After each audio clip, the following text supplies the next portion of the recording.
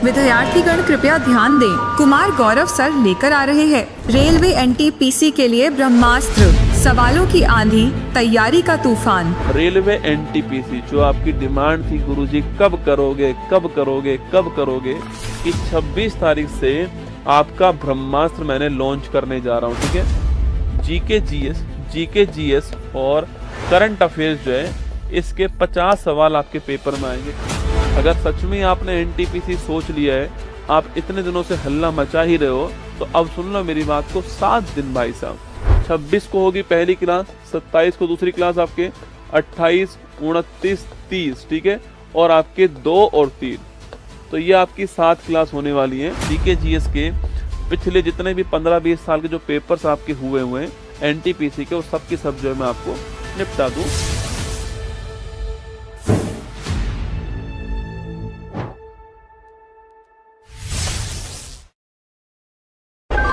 विद्यार्थीगण कृपया ध्यान दें। कुमार गौरव सर लेकर आ रहे हैं रेलवे एनटीपीसी के लिए ब्रह्मास्त्र, सवालों की आंधी, तैयारी का तूफान। रेलवे एनटीपीसी जो आपकी डिमांड थी गुरुजी कब करोगे कब करोगे कब करोगे, कि 26 तारीख से आपका ब्रह्मास्त्र मैंने लॉन्च करने जा रहा हूँ। ठीक है, जीके जीएस और करंट अफेयर्स जो है इसके 50 सवाल आपके पेपर में आएंगे।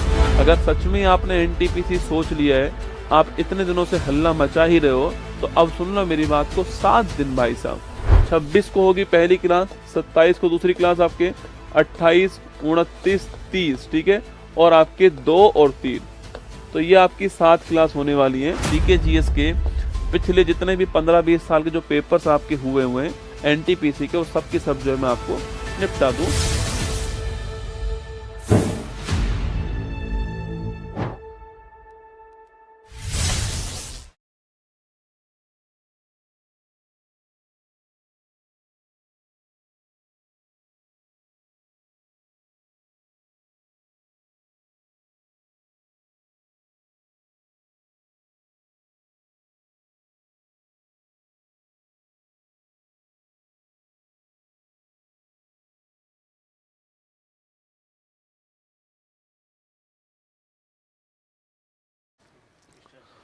स्टार्ट। हेलो नमस्कार, गुड इवनिंग मेरे शेर शेरनी उत्कर्ष परिवार में आप सभी का दिल खोलकर स्वागत है। एपिसोड नंबर 2 आप सभी के सामने आने जा रहा है। 7 एपिसोड एनटीपीसी का, जीके जीएस का रिवीजन आपके सामने होगा। कल एपिसोड 1 आया था, जिसमें अगर आप अपने हाथ से लिखते तो यकीन मानना आपके हाथ में दर्द होना तय था। आज एपिसोड 2 आएगा और ये भी पूरे जोश के साथ में आने वाला है। पूरे ध्यान से सुनना है। लगभग 235 सवाल होंगे यहाँ पर। हर सवाल में 10 नए सवाल बनाने वाला हूँ। लगभग 350-400 सवाल आपको यहाँ पर इस क्लास में करवाऊंगा, और यही स्पीड हमारी 7 एपिसोड तक रहने वाली है। और आपको सातों के सातों एपिसोड अपने एग्जाम से पहले निश्चित तौर पर देखकर जाने हैं। ठीक है, चलिए शुरुआत करते हैं। बिना किसी देरी के, समय बर्बाद नहीं करेंगे, क्योंकि वक्त को थोड़ा वक्त दीजिए जनाब, ये वक्त आपका वक्त बदल देगा। चलिए देखिएगा, हालात चाहे जैसे भी क्यों ना हो, धड़कनों में नशा जीत का होना चाहिए। ठीक है, परिस्थिति कितनी भी खराब क्यों ना हो, पर अंदर एक जुनून होना चाहिए कि मैं जीत के दिखाऊंगा। क्या मैं जीत के दिखाऊंगा, और कुछ भी हो जाए मैं हार नहीं मानूंगा। क्या मैं हार नहीं मानूंगा। अब सिक्का उछल चुका है मेरे दोस्तों, अब हेड भी आपका होगा और टेल भी आपका होने वाला है। ठीक है, चलिए एनटीपीसी दोस्तों, ब्रह्मास्त्र नंबर जो आपके, ब्रह्मास्त्र नंबर 2 जो है वो आपके सामने आ चुका है। आज हमारा ब्रह्मास्त्र नंबर 2 जो है वो आपके सामने। ठीक है, चलिए पहला क्वेश्चन देखिए आप जो है, बांग्ला उत्सव मुख्य रूप से खालिस्तान दोस्तों आपके कहाँ मनाया जाता है। ठीक है, बांग्ला उत्सव की बात कर रहे हैं। ठीक है, तो जो बांग्ला उत्सव है उसकी हम बात करते हैं, तो बांग्ला उत्सव जो है वो कहाँ मनाते हैं। ठीक है, देखो हमारे सामने ऑप्शन कौन कौन से, तो एक ऑप्शन हमारे सामने कौन सा है, ये आपका हिमाचल प्रदेश। कौन सा है, हिमाचल प्रदेश है दोस्तों। सेकंड ऑप्शन हमारे पास कौन सा, आपके सेकंड ऑप्शन हमारे पास में मेघालय हो गया। थर्ड ऑप्शन जो हमारे पास में वो लद्दाख हो गया, और जो फोर्थ ऑप्शन है हमारे पास में वो आपका उत्तराखंड हो गया। ठीक है, ये 4 ऑप्शन आपके सामने ना। चलिए पहला ऑप्शन देखते हैं आपके, जो पहला ऑप्शन है आपके सामने वह कौन सा, आपके हिमाचल प्रदेश। ठीक है, अच्छा कभी सवाल पूछे ना आपसे कि नलवाड़ी मेला कहाँ पर होता है या मिंजर मेला कहाँ पर होता है, खूब आता है एग्जाम में, नलवाड़ी मेला और मिंजर मेला कहाँ होते हैं, तो नलवाड़ी मेला और मिंजर मेला जो है ये हिमाचल प्रदेश के अंदर होते हैं। ठीक है, सवाल पूछा आपसे मेघालय के बारे में, पूछा आपसे तो वांगला फेस्टिवल कहाँ होता है, बड़ा ही महत्वपूर्ण क्वेश्चन है। बांग्ला महोत्सव कहाँ होता है, मेघालय में होता है। ठीक है, जो बांग्ला महोत्सव है ना बेटा, इसी को क्या बोलते हैं आपके 100 ड्रम फेस्टिवल कहते हैं। ठीक है, ध्यान रखना, महत्वपूर्ण क्वेश्चन है, इसी को हम बोलते हैं 100 ड्रम फेस्टिवल कहते हैं, 100 ढोलों का आपके फेस्टिवल कहते हैं, ये आपको ध्यान रखना है। ठीक है, वहीं यहीं पर एक फेस्टिवल और होता है, इसको बोलते हैं चेरी ब्लोंज फेस्टिवल। ठीक है, जो कि शिलोंग के अंदर होता है, चेरी ब्लोंज फेस्टिवल शिलोंग के अंदर होता है, आपको ध्यान रखना है। ठीक है, अगला क्वेश्चन देखिए, नेक्स्ट क्वेश्चन आपके लद्दाख पूछूं आपसे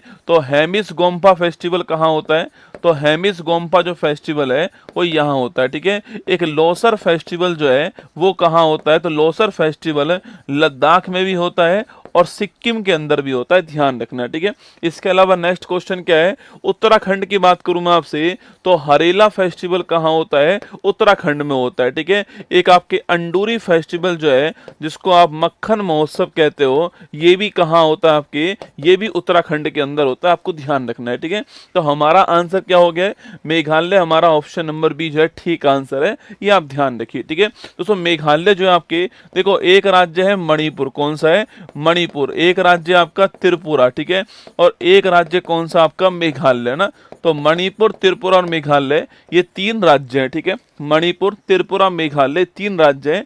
तीनों राज्यों की जो स्थापना हुई है वो एक ही वर्ष में हुई है, 1972। ठीक है, और तीनों राज्यों की जो स्थापना है वह एक ही आपके दिन हुई है। ठीक है, 1972 के अंदर हुई है, पर आपके जो दिन जो है आपके वह भी एक ही है। आप बताओ कौन सा दिन है आपके, किस तारीख को मणिपुर, त्रिपुरा और मेघालय जो है इन तीनों की स्थापना होती है, 21 जनवरी। कौन सी तारीख आपके, 21 जनवरी की तारीख आपको ध्यान रखना है। ठीक है, तीनों की स्थापना एक साथ होती है ना।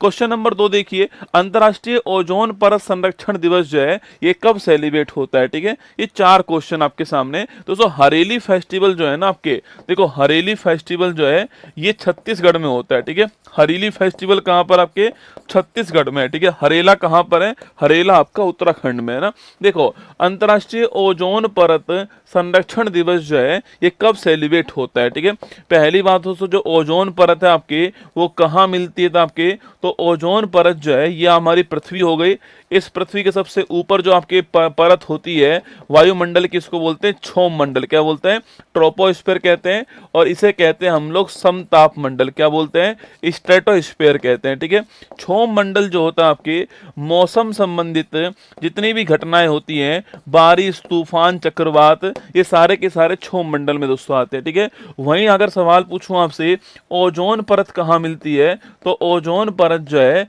यह समताप मंडल में मिलती है। ठीक है, और काम क्या होता है इसका, इसका जो काम होता है सूर्य से आने वाली जो परावैंगनिक किरण होती है, अल्ट्रावायलेट जो रेज होती है, इनको रोकना जो है ये काम होता है, आपको ध्यान रखना है। ठीक, किसका, ओजोन परत का होता है। ठीक है, अगला क्वेश्चन पूछूं आपसे, ओजोन की जो सांद्रता होती है उसको नापने की इकाई क्या होती है आपके, डॉप्शन जो है इस ओजोन की सांद्रता जो होती है इसको नापने की इकाई आपको ध्यान रखना है। ठीक है, ओजोन परत में छेद की खोज करने वाला व्यक्ति का नाम क्या था आपके, फोरमैन जो है ओजोन परत में जो छेद हुआ था इसकी खोज करने वाला। ठीक है, अगला सवाल दोस्तों, ओजोन परत में जो छेद हुआ था उसके लिए जिम्मेदार कौन था, क्लोरोफ्लोरोकार्बन, कौन था, क्लोरोफ्लोरोकार्बन जो है ये इसके लिए जिम्मेदार। ठीक है, क्लोरोफ्लोरोकार्बन को आप लोग क्या बोलते हैं, फ्रियोन भी कहते हो, क्या बोलते हैं, फ्रियोन भी कहते हो। और इसका यूज पहले दोस्तों आपके जो हमारे फ्रिज होते थे आपके, इन फ्रिज में शीतलक जो होता है आपके, कूलेंट जो होता है, इसके रूप में पहले इसका यूज करते थे। ठीक है, और इसी को बैन करने के लिए 16 सितंबर 1987 को एक प्रोटोकॉल हुआ था और ये आपके मॉन्ट्रियल के अंदर हुआ, ठीक है। ये मॉन्ट्रियल स्थान कहाँ पर आपके, तो ये मॉन्ट्रियल आपके स्थान कनाडा के अंदर है और ये प्रोटोकॉल जो है इसने क्लोरोफ्लोरोकार्बन के ऊपर बैन कर दिया और ओजोन परत के संरक्षण के लिए हुआ था, इसलिए इस तारीख को हमने ओजोन परत संरक्षण दिवस बना दिया, ठीक है। तो ध्यान रखिएगा इस तारीख को आपके हमारा ऑप्शन नंबर सी आंसर हो गया, ओजोन परत आपके संरक्षण दिवस आपके इस तारीख को बनाया गया, ठीक है। अच्छा अगला क्वेश्चन देखिए, 29 जून की बात करूं मैं आपसे, तो 29 जून की तारीख को दिवस कौन सा है, इस तारीख को आपका दिवस होता है राष्ट्रीय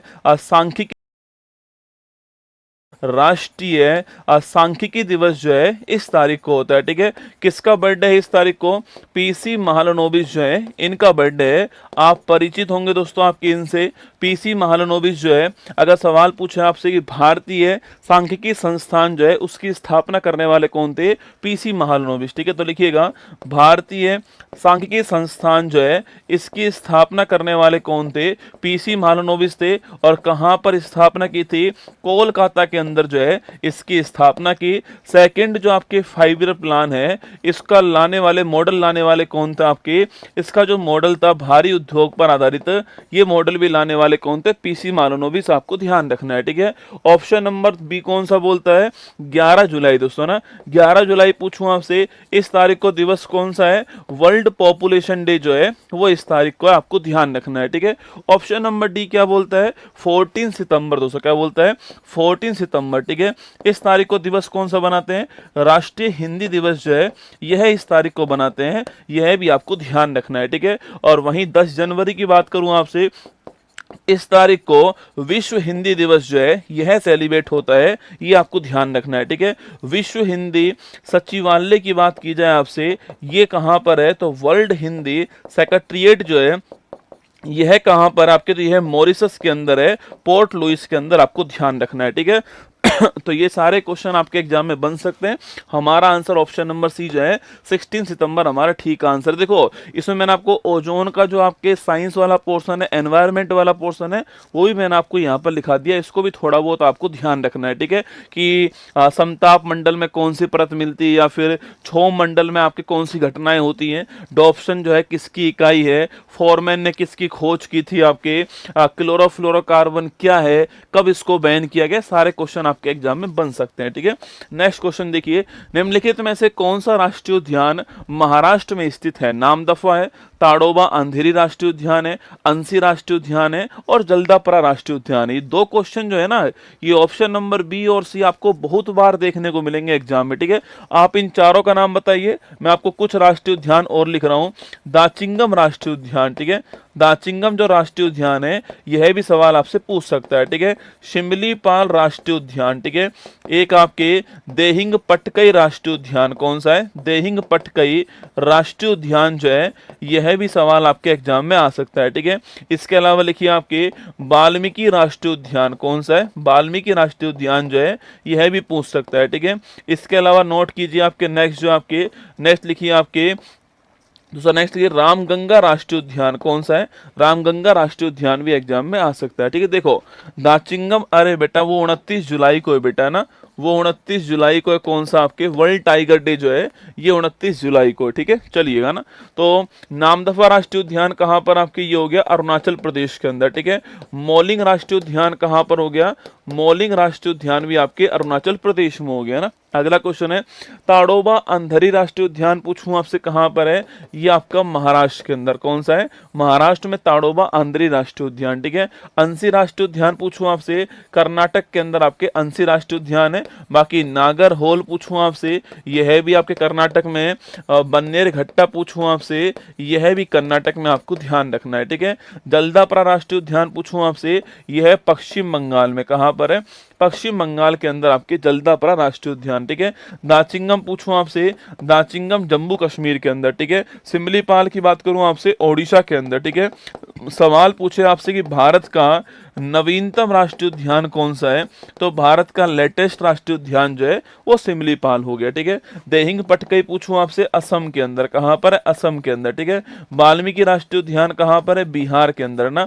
और रामगंगा राष्ट्रीय उद्यान पूछूं आपसे, इसी का नाम पहले जिम कार्बेट राष्ट्रीय उद्यान था, इसी का नाम पहले हैली राष्ट्रीय उद्यान था, और यह भारत का पहला राष्ट्रीय उद्यान, आपको ध्यान रखना है, ठीक है।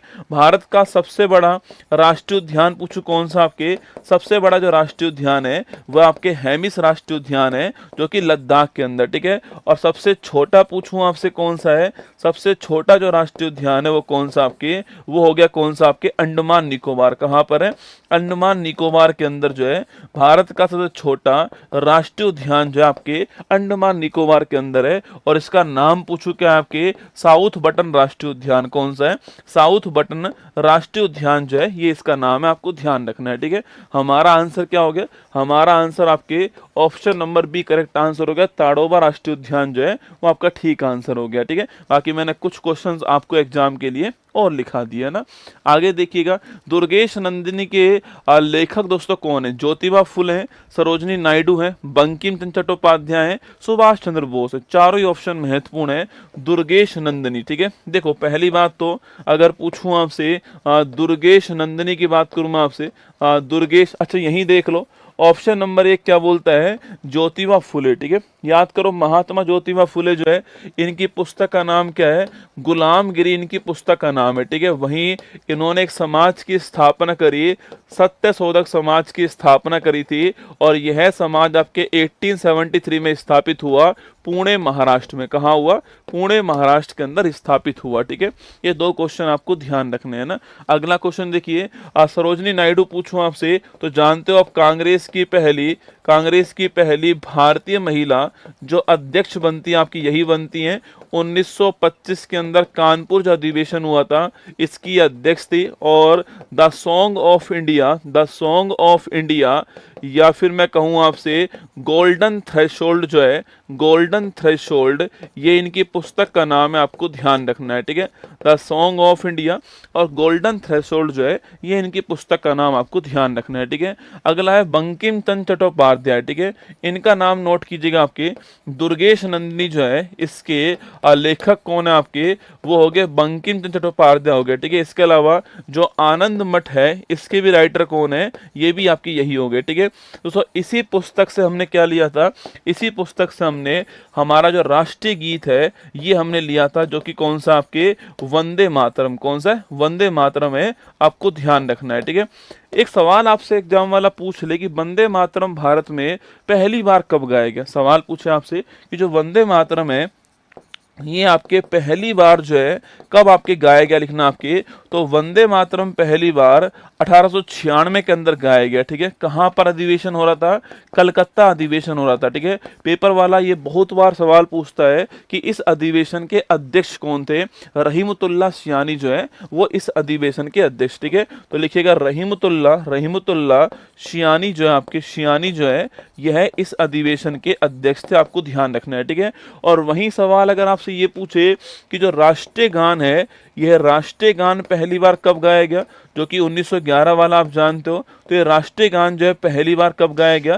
तो ये राष्ट्रीय गान पहली बार 1911 के कलकत्ता जो अधिवेशन था उसमें गाया गया। और नोट कीजिएगा आपके, अगर पूछूं इसके हेड कौन थे आपके, तो विशन नारायण धर जो है, विशन नारायण धर ये इसके हेड थे, ये आपको ध्यान रखना है, ठीक है। विशन नारायण धर जो है ये इसके हेड थे, ठीक है।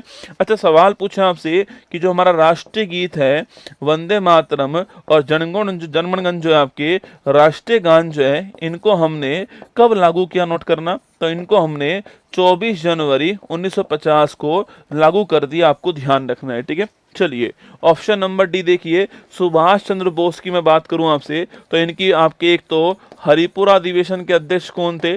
1938 के अंदर सुभाष चंद्र बोस, आपको ध्यान रखना है, ठीक है। अगला क्वेश्चन 1939 की बात करूं मैं आपसे तो 1939 जो है इस 1939 के अंदर जो आपके फॉरवर्ड ब्लॉक की स्थापना करने वाले कौन थे? तो फॉरवर्ड ब्लॉक की स्थापना करने वाले भी सुभाष चंद्र बोस, आपके 1939 आपको ध्यान रखना है, ठीक है। अगला अगला क्वेश्चन की दोस्तों बात की जाए आपसे, अगर पूछूं आपसे इंडिया स्ट्रगल जो पुस्तक है, इस पुस्तक को लिखने वाले कौन थे? इसको लिखने वाले भी सुभाष चंद्र बोस, आपको ध्यान रखना है, ठीक है। 23 जनवरी को जन्म दिवस होता है इनका, और इसी तारीख को आपके पराक्रम दिवस कहाँ बनाते हैं? आपके भारत में बनाते हैं पराक्रम दिवस, आपको ध्यान रखना है, ठीक है। ये भी सुभाष चंद्र बोस के बारे में नोट कीजिएगा, ठीक है। तो हमारा आंसर क्या हो गया? हमारा आंसर ऑप्शन नंबर सी हो गया, बंकिम चंद्र चट्टोपाध्याय हमारा ठीक आंसर, आपको ध्यान रखना है, ठीक है। चलिए नेक्स्ट क्वेश्चन की ओर चलते हैं। अनुच्छेद 51 के खंड के अनुसंशोधन के अनुसार जो माता पिता या संरक्षक हैं वो वर्ष तक की आयु वाले अपने यथा स्थिति बालक या प्रतिपाल्य के लिए शिक्षा के अवसर प्रदान करेगा, ठीक है। देखो पहली बात तो अनुच्छेद कौन सा? 51 है दोस्तों ना। यह कौन सा भाग हो गया? भाग हो गया आपका भाग 4A। कौन सा हो गया? भाग 4E हो गया, ठीक है। पूछूं आपसे किससे जोड़ा इसको हमने? तो 42वां संविधान संशोधन 1976 जोड़ा, ठीक है। कमेटी कौन सी बनाई गई थी? आपके सरदार स्वर्ण सिंह कमेटी जो है, इसको हमने बनाया, ठीक है। अगला क्वेश्चन है किस देश से हमने लिया इसको? तो सोवियत संघ जो रूस है, यहां से हमने ग्रहण किया, ठीक है। देश से हमने लिया इसको, तो सोवियत संघ जो रूस है, यहां से हमने ग्रहण किया, ठीक है। सोवियत संघ जो रूस है, यहां से हमने ग्रहण किया, ठीक है। और ये हमारा भाग कौन सा है? फंडामेंटल ड्यूटीज जो है, मौलिक कर्तव्य का भाग है, आपको ध्यान रखना है, ठीक है। अब पूछूं आपसे कि जो 42वां संविधान संशोधन था, इसके द्वारा कितने 10 मौलिक कर्तव्य जो जोड़े गए थे, आपको ध्यान रखना है, ठीक है। अब वर्तमान में कितने आपके? तो वर्तमान में 11 मौलिक कर्तव्य आपको नोट करना है, ठीक है। 11वां दोस्तों कहां से आता है? तो 11वां जो है आपके ये आया किससे? 86वां संविधान संशोधन जो है 2002, इसके द्वारा है, ठीक है। संबंधित किससे था? आपके जो एजुकेशन है आपके, इससे संबंधित है। 6 से 14 वर्ष के जो बच्चे हैं, इनके लिए आपके एजुकेशन की बात करता है, ठीक है। तो 86वां संविधान संशोधन 2002 के द्वारा अनुच्छेद 51A का जो भाग के है, इसको जोड़ा गया के फॉर नॉलेज, ठीक है। तो अनुच्छेद 51A का भाग के है ना, अनुच्छेद 51 आप क्लोज ए और सब क्लोज आपके के जो है आपके ये आए, ठीक है। इसको बोलते हैं के फॉर नॉलेज, है ना। इससे आपको दिमाग में रखना है, ठीक है। 86वां संविधान संशोधन, ये भी आपको 2002 जो है, ये भी आपको दिमाग में रखना है, ठीक है। तो हमारा आंसर क्या हो गया? हमारा आंसर आ गया 6 से 14 वर्ष की जो आयु है, इसके लिए बात हुई है। ऑप्शन नंबर 1 जो है वो करेक्ट आंसर, आपको ध्यान रखना है, ठीक है। चलिए आगे चलते हैं।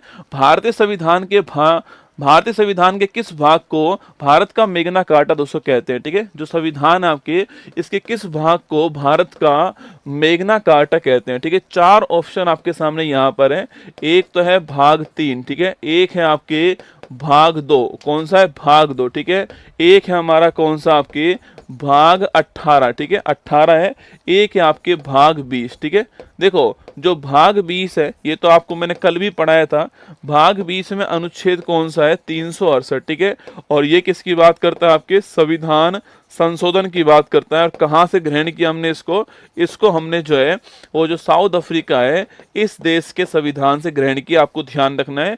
और अभी तक कितने हो चुके हैं आपके? अभी तक 106 संविधान संशोधन हो चुके हैं। और लेटेस्ट का नाम क्या है? नारी शक्ति जो वंदन अधिनियम आपकी, ये लेटेस्ट है, आपको ध्यान रखना है, ठीक है। ये आप जानते हो, ठीक है। अब भाग हमारा दोस्तों आपके 18 पूछूं आपसे, तो भाग 18 जो है आपातकाल के लिए, किसके लिए? इमरजेंसी के लिए आपके भाग 18 है। और आर्टिकल 352 से 360 जो है, इसका उल्लेख आपके यहाँ पर किया गया है, ठीक है। इसमें 3 तरह का दोस्तों आपातकाल है। एक तो है राष्ट्रीय आपात, ठीक है, जो कि पूरे भारत में लगता है। और अब तक भारत में ये 3 बार लग चुका है, ठीक है। अब तक भारत में ये 3 बार लग चुका है, आपको ध्यान रखना है, ठीक है। एक हमारे पास कौन सा है? राष्ट्रपति शासन जो है, जो किसी राज्य विशेष में लगता है, आपके अभी मणिपुर के अंदर लागू है, ठीक है। एक होता है वित्तीय आपात, जो कि भारत में कभी नहीं लगा है, आपको ध्यान रखना है, ठीक है। इसका 352 आर्टिकल है, इसका 56 आर्टिकल है, और इसका 360 आर्टिकल है, ठीक है। सवाल अगर आपसे ये पूछे कि भाई आपातकाल के दौरान जो मौलिक अधिकार जो होते हैं, फंडामेंटल राइट जो होते हैं, इन पर क्या प्रभाव पड़ता है दोस्तों, इसका इसका उल्लेख कहाँ पर है, ये हमने लिया है कहाँ से, ये हमने जो वाइमर संविधान है यहाँ से लिया है, जर्मनी से। ठीक है, तो आपातकाल में जो मौलिक अधिकार है इन पर क्या इफेक्ट पड़ता है, ये हमने कहाँ से लिया, ये हमने वाइमर संविधान से लिया, जो कि कहाँ पर आपके जर्मनी का संविधान, आपको ध्यान रखना है। ठीक है, तो आपातकाल में मौलिक अधिकारों पर पड़ने वाला प्रभाव जो है कहाँ से लिया है, वाइमर संविधान से लिया, जर्मनी के अंदर है, ये आपको ध्यान रखना है। ठीक है, तो सवाल अगर आपसे यहाँ पर ये पूछे कि भाई आपातकाल में जो राष्ट्रीय आपात है उसमें कौन से दो मौलिक अधिकार जो है वो आपके निलंबित नहीं होंगे, तो आर्टिकल 20 और आर्टिकल 21। ठीक है, ये आपको ध्यान रखना है।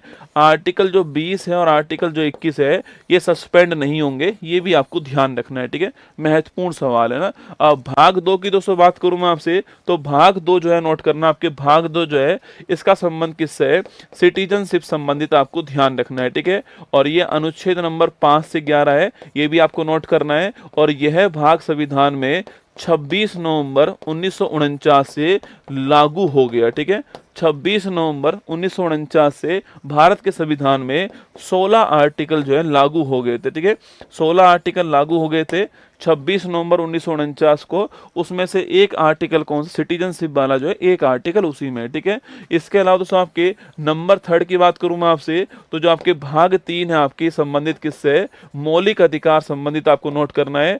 इसी भाग को बोलते हैं क्या, मैग्ना कार्टा। क्या बोलते हैं, सबसे महत्वपूर्ण भाग कहते हैं, मैग्ना कार्टा कहते हैं। आर्टिकल 12 से 35 जो है इसमें आपके इस भाग 3 का दोस्तों उल्लेख है। ठीक है, अब देखो मूल संविधान में हमारे पास 7 मौलिक अधिकार थे, वर्तमान में हमारे पास 6 मौलिक अधिकार। ठीक है, आर्टिकल 14, 15, 16, 17 और 18 जो है इसके अंदर कौन सा मौलिक अधिकार है, समानता का मौलिक अधिकार। ठीक है, आर्टिकल 19, 20, 21, 22 जो है इसके अंदर जो आपके लिबर्टी जो हमारी, इसका अधिकार। ठीक है, आर्टिकल 23, 24 पूछूं आपसे, शोषण के विरुद्ध जो अधिकार है वो कहां पर है, वो आर्टिकल 23, 24 में। ठीक है, 25, 26, 27, 28 पूछूं आपसे, जो आपकी रिलीजियस आपके लिबर्टी है इसकी बात कहाँ हुई आपकी, इसकी बात जो है वो आपकी यहाँ पर हुई है। ठीक है, आर्टिकल 229, 30 जो आपके जो माइनॉरिटीज हैं, आपके जो अल्पसंख्यक हैं, इनके शिक्षा संबंधी जो अधिकार है आपके, ये आपके कहाँ पर है, ये आपके 29, 30 के अंदर। ठीक है, आर्टिकल आपके 31 आपके संपत्ति का अधिकार था, जो आप जानते हो वर्तमान में हट चुका है। 44वां संविधान संशोधन था 1978 का, और इसको 301 के द्वारा एक विधिक अधिकार बना दिया गया। ठीक है, आर्टिकल 32 की बात करूं मैं आपसे, ये हमारा संवैधानिक उपचारों का अधिकार है, कॉन्स्टिट्यूशनल रेमेडीज का अधिकार आपको ध्यान रखना है। और अगर सवाल पूछे आपसे कि अगर हमारे मौलिक अधिकार को उल्लंघन होता है तो आप सुप्रीम कोर्ट जाइए, सुप्रीम कोर्ट वहां पर 5 रिट जारी करता है आपके मौलिक अधिकारों को वापस दिलवाने के लिए। ठीक है, तो ये आपके एग्जाम के लिए महत्वपूर्ण सवाल है। मैच द फ्लोविंग कुछ भी आपसे जो है यहाँ पर कर सकता है। ठीक है, चलिएगा हमारा आंसर क्या हो गया, हमारा आंसर जो है भाग 3 हमारा आंसर हो गया, ऑप्शन नंबर 1 हमारा ठीक आंसर। ठीक है, चलिए आगे बढ़ते हैं। अच्छा, इसी को आर्टिकल जो 32 है, इसी को बाबा साहेब डॉक्टर भीमराव जो अंबेडकर हैं, इन्होंने इसी आर्टिकल को संविधान की आत्मा कहा है। क्या बोला है, इसी आर्टिकल को संविधान की आत्मा कहा है, ये आपको ध्यान रखना है। ठीक है, और मौलिक अधिकार कहां से लिए हमने, ये लिए हमने कहां से, आपके अमेरिका से लिए ना। भारतीय संविधान का कौन सा अनुच्छेद पर्यावरण की रक्षा और सुधार तथा वनों और वन्य जीव की सुरक्षा प्रदान करता है। ठीक है, देखो 4 आर्टिकल लिखे हुए हैं, चारों के चारों जो आर्टिकल हैं वो डीपीएसपी का भाग है। ठीक है, तो भाग 4 जो है हमारा वो कौन सा आपके, तो भाग 4 हमारा डीपीएसपी है। ठीक, क्या है, भाग 4 हमारा डीपीएसपी है। और आप जानते हो आपके direct principle of state policy जो है ये हमने कहां से लिया है, आयरलैंड। कहां से लिया है, आयरलैंड से लिया है। और आर्टिकल नंबर 36 से 51 जो है इसके अंदर इसका उल्लेख है। ठीक है, देखिए दोस्तों इसमें जो महत्वपूर्ण आर्टिकल है उसकी मैं बात करूं आपसे, तो आर्टिकल 38 आपके बड़ा महत्वपूर्ण। ठीक है, इसके बाद में आर्टिकल 39 कैपिटल ए जो है ये भी आपके लिए महत्वपूर्ण है। ठीक है दोस्तों, इसके बाद में आर्टिकल 40 भी आपके लिए महत्वपूर्ण बनेगा। ठीक है, इसके बाद आर्टिकल नंबर 44 जो है ये आपके लिए महत्वपूर्ण है। आर्टिकल 43 बी जो है ये भी आपके लिए महत्वपूर्ण है।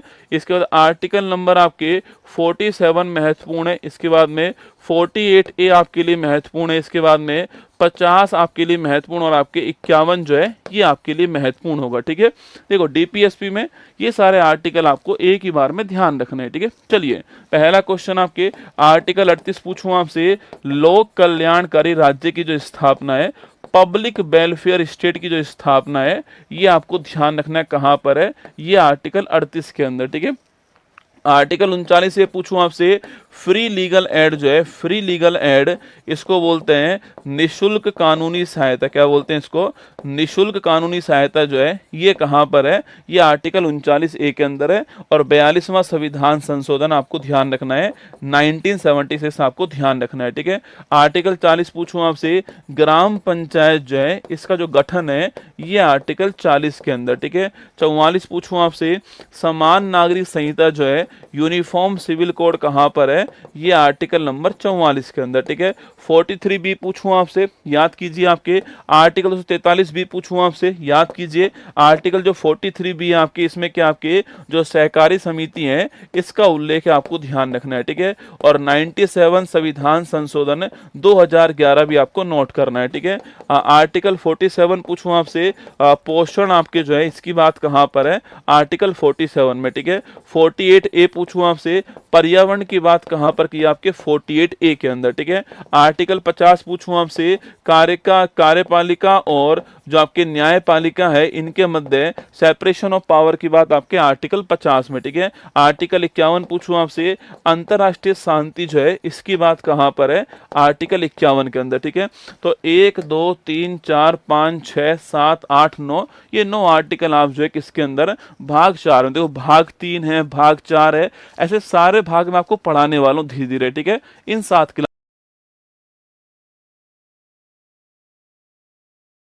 पर है आर्टिकल 51 के अंदर। ठीक है, तो 1 2 3 4 5 6 7 8 9 ये 9 आर्टिकल आप जो है किसके अंदर, भाग 4 में। देखो भाग 3 है, भाग 4 है, ऐसे सारे भाग में आपको पढ़ाने वालों धीरे धीरे। ठीक है, इन 7 क्लास के अंदर ना, तो हमारा आंसर क्या हो गया, हमारा आंसर हो गया आर्टिकल नंबर 48 ये हमारा आंसर है, ऑप्शन नंबर बी जो है वो ठीक आंसर हो गया। ठीक है, चलिए अगला क्वेश्चन, भारतीय रियासतों के शासकों के विशेष अधिकार और प्रीवी पर्स की समाप्ति किस संविधान संशोधन से होती है। पिछली क्लास में मैंने आपको 4 लिखाए थे, इस बार भी आपके 4 और लिखा रहा हूं। ठीक है, पिछले में 4 दोस्तों, इस बार 4 और आपके सामने।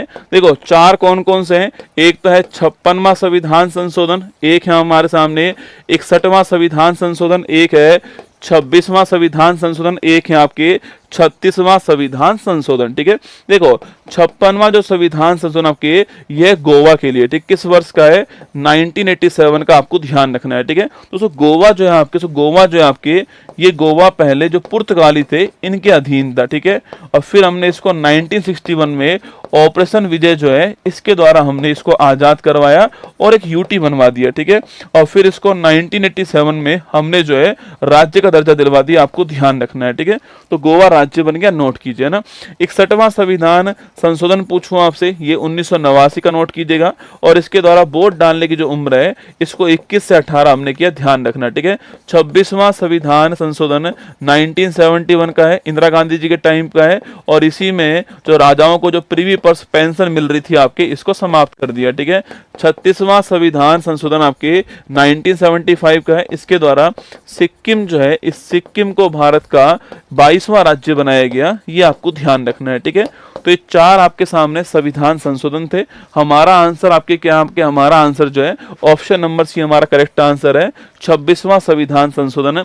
सिक्किम जो है इसके ऊपर इससे पहले किसका, आपके नामग्याल जो वंश है इसका शासन था, आपको ध्यान रखना है। ठीक है, इससे पहले जो नामग्याल वंश है इसका शासन यहाँ पर था, नोट कीजिए ना, ऑप्शन नंबर सी हमारा ठीक आंसर हो गया। ठीक है, भारतीय संविधान के 89वें संशोधन अधिनियम 2003 ने निम्नलिखित में से किस आयोग की स्थापना की। ठीक है, वित्त आयोग की आपकी स्थापना, पिछड़े वर्ग के लिए राष्ट्रीय आयोग की स्थापना करिए, राष्ट्रीय अनुसूचित जाति आयोग की स्थापना करिए, और राष्ट्रीय अनुसूचित जनजाति आयोग की स्थापना करिए। ठीक है, 4 आपके आयोग लिखे हुए यहाँ पे। देखो जो वित्त आयोग है इसका जिक्र किस आर्टिकल में, आर्टिकल नंबर 280 में इसका जिक्र आपको ध्यान रखना है। ठीक है, वहीं दोस्तों जो वित्त आयोग है वो अपनी रिपोर्ट किसको पेश करेगा, राष्ट्रपति को रिपोर्ट पेश करेगा।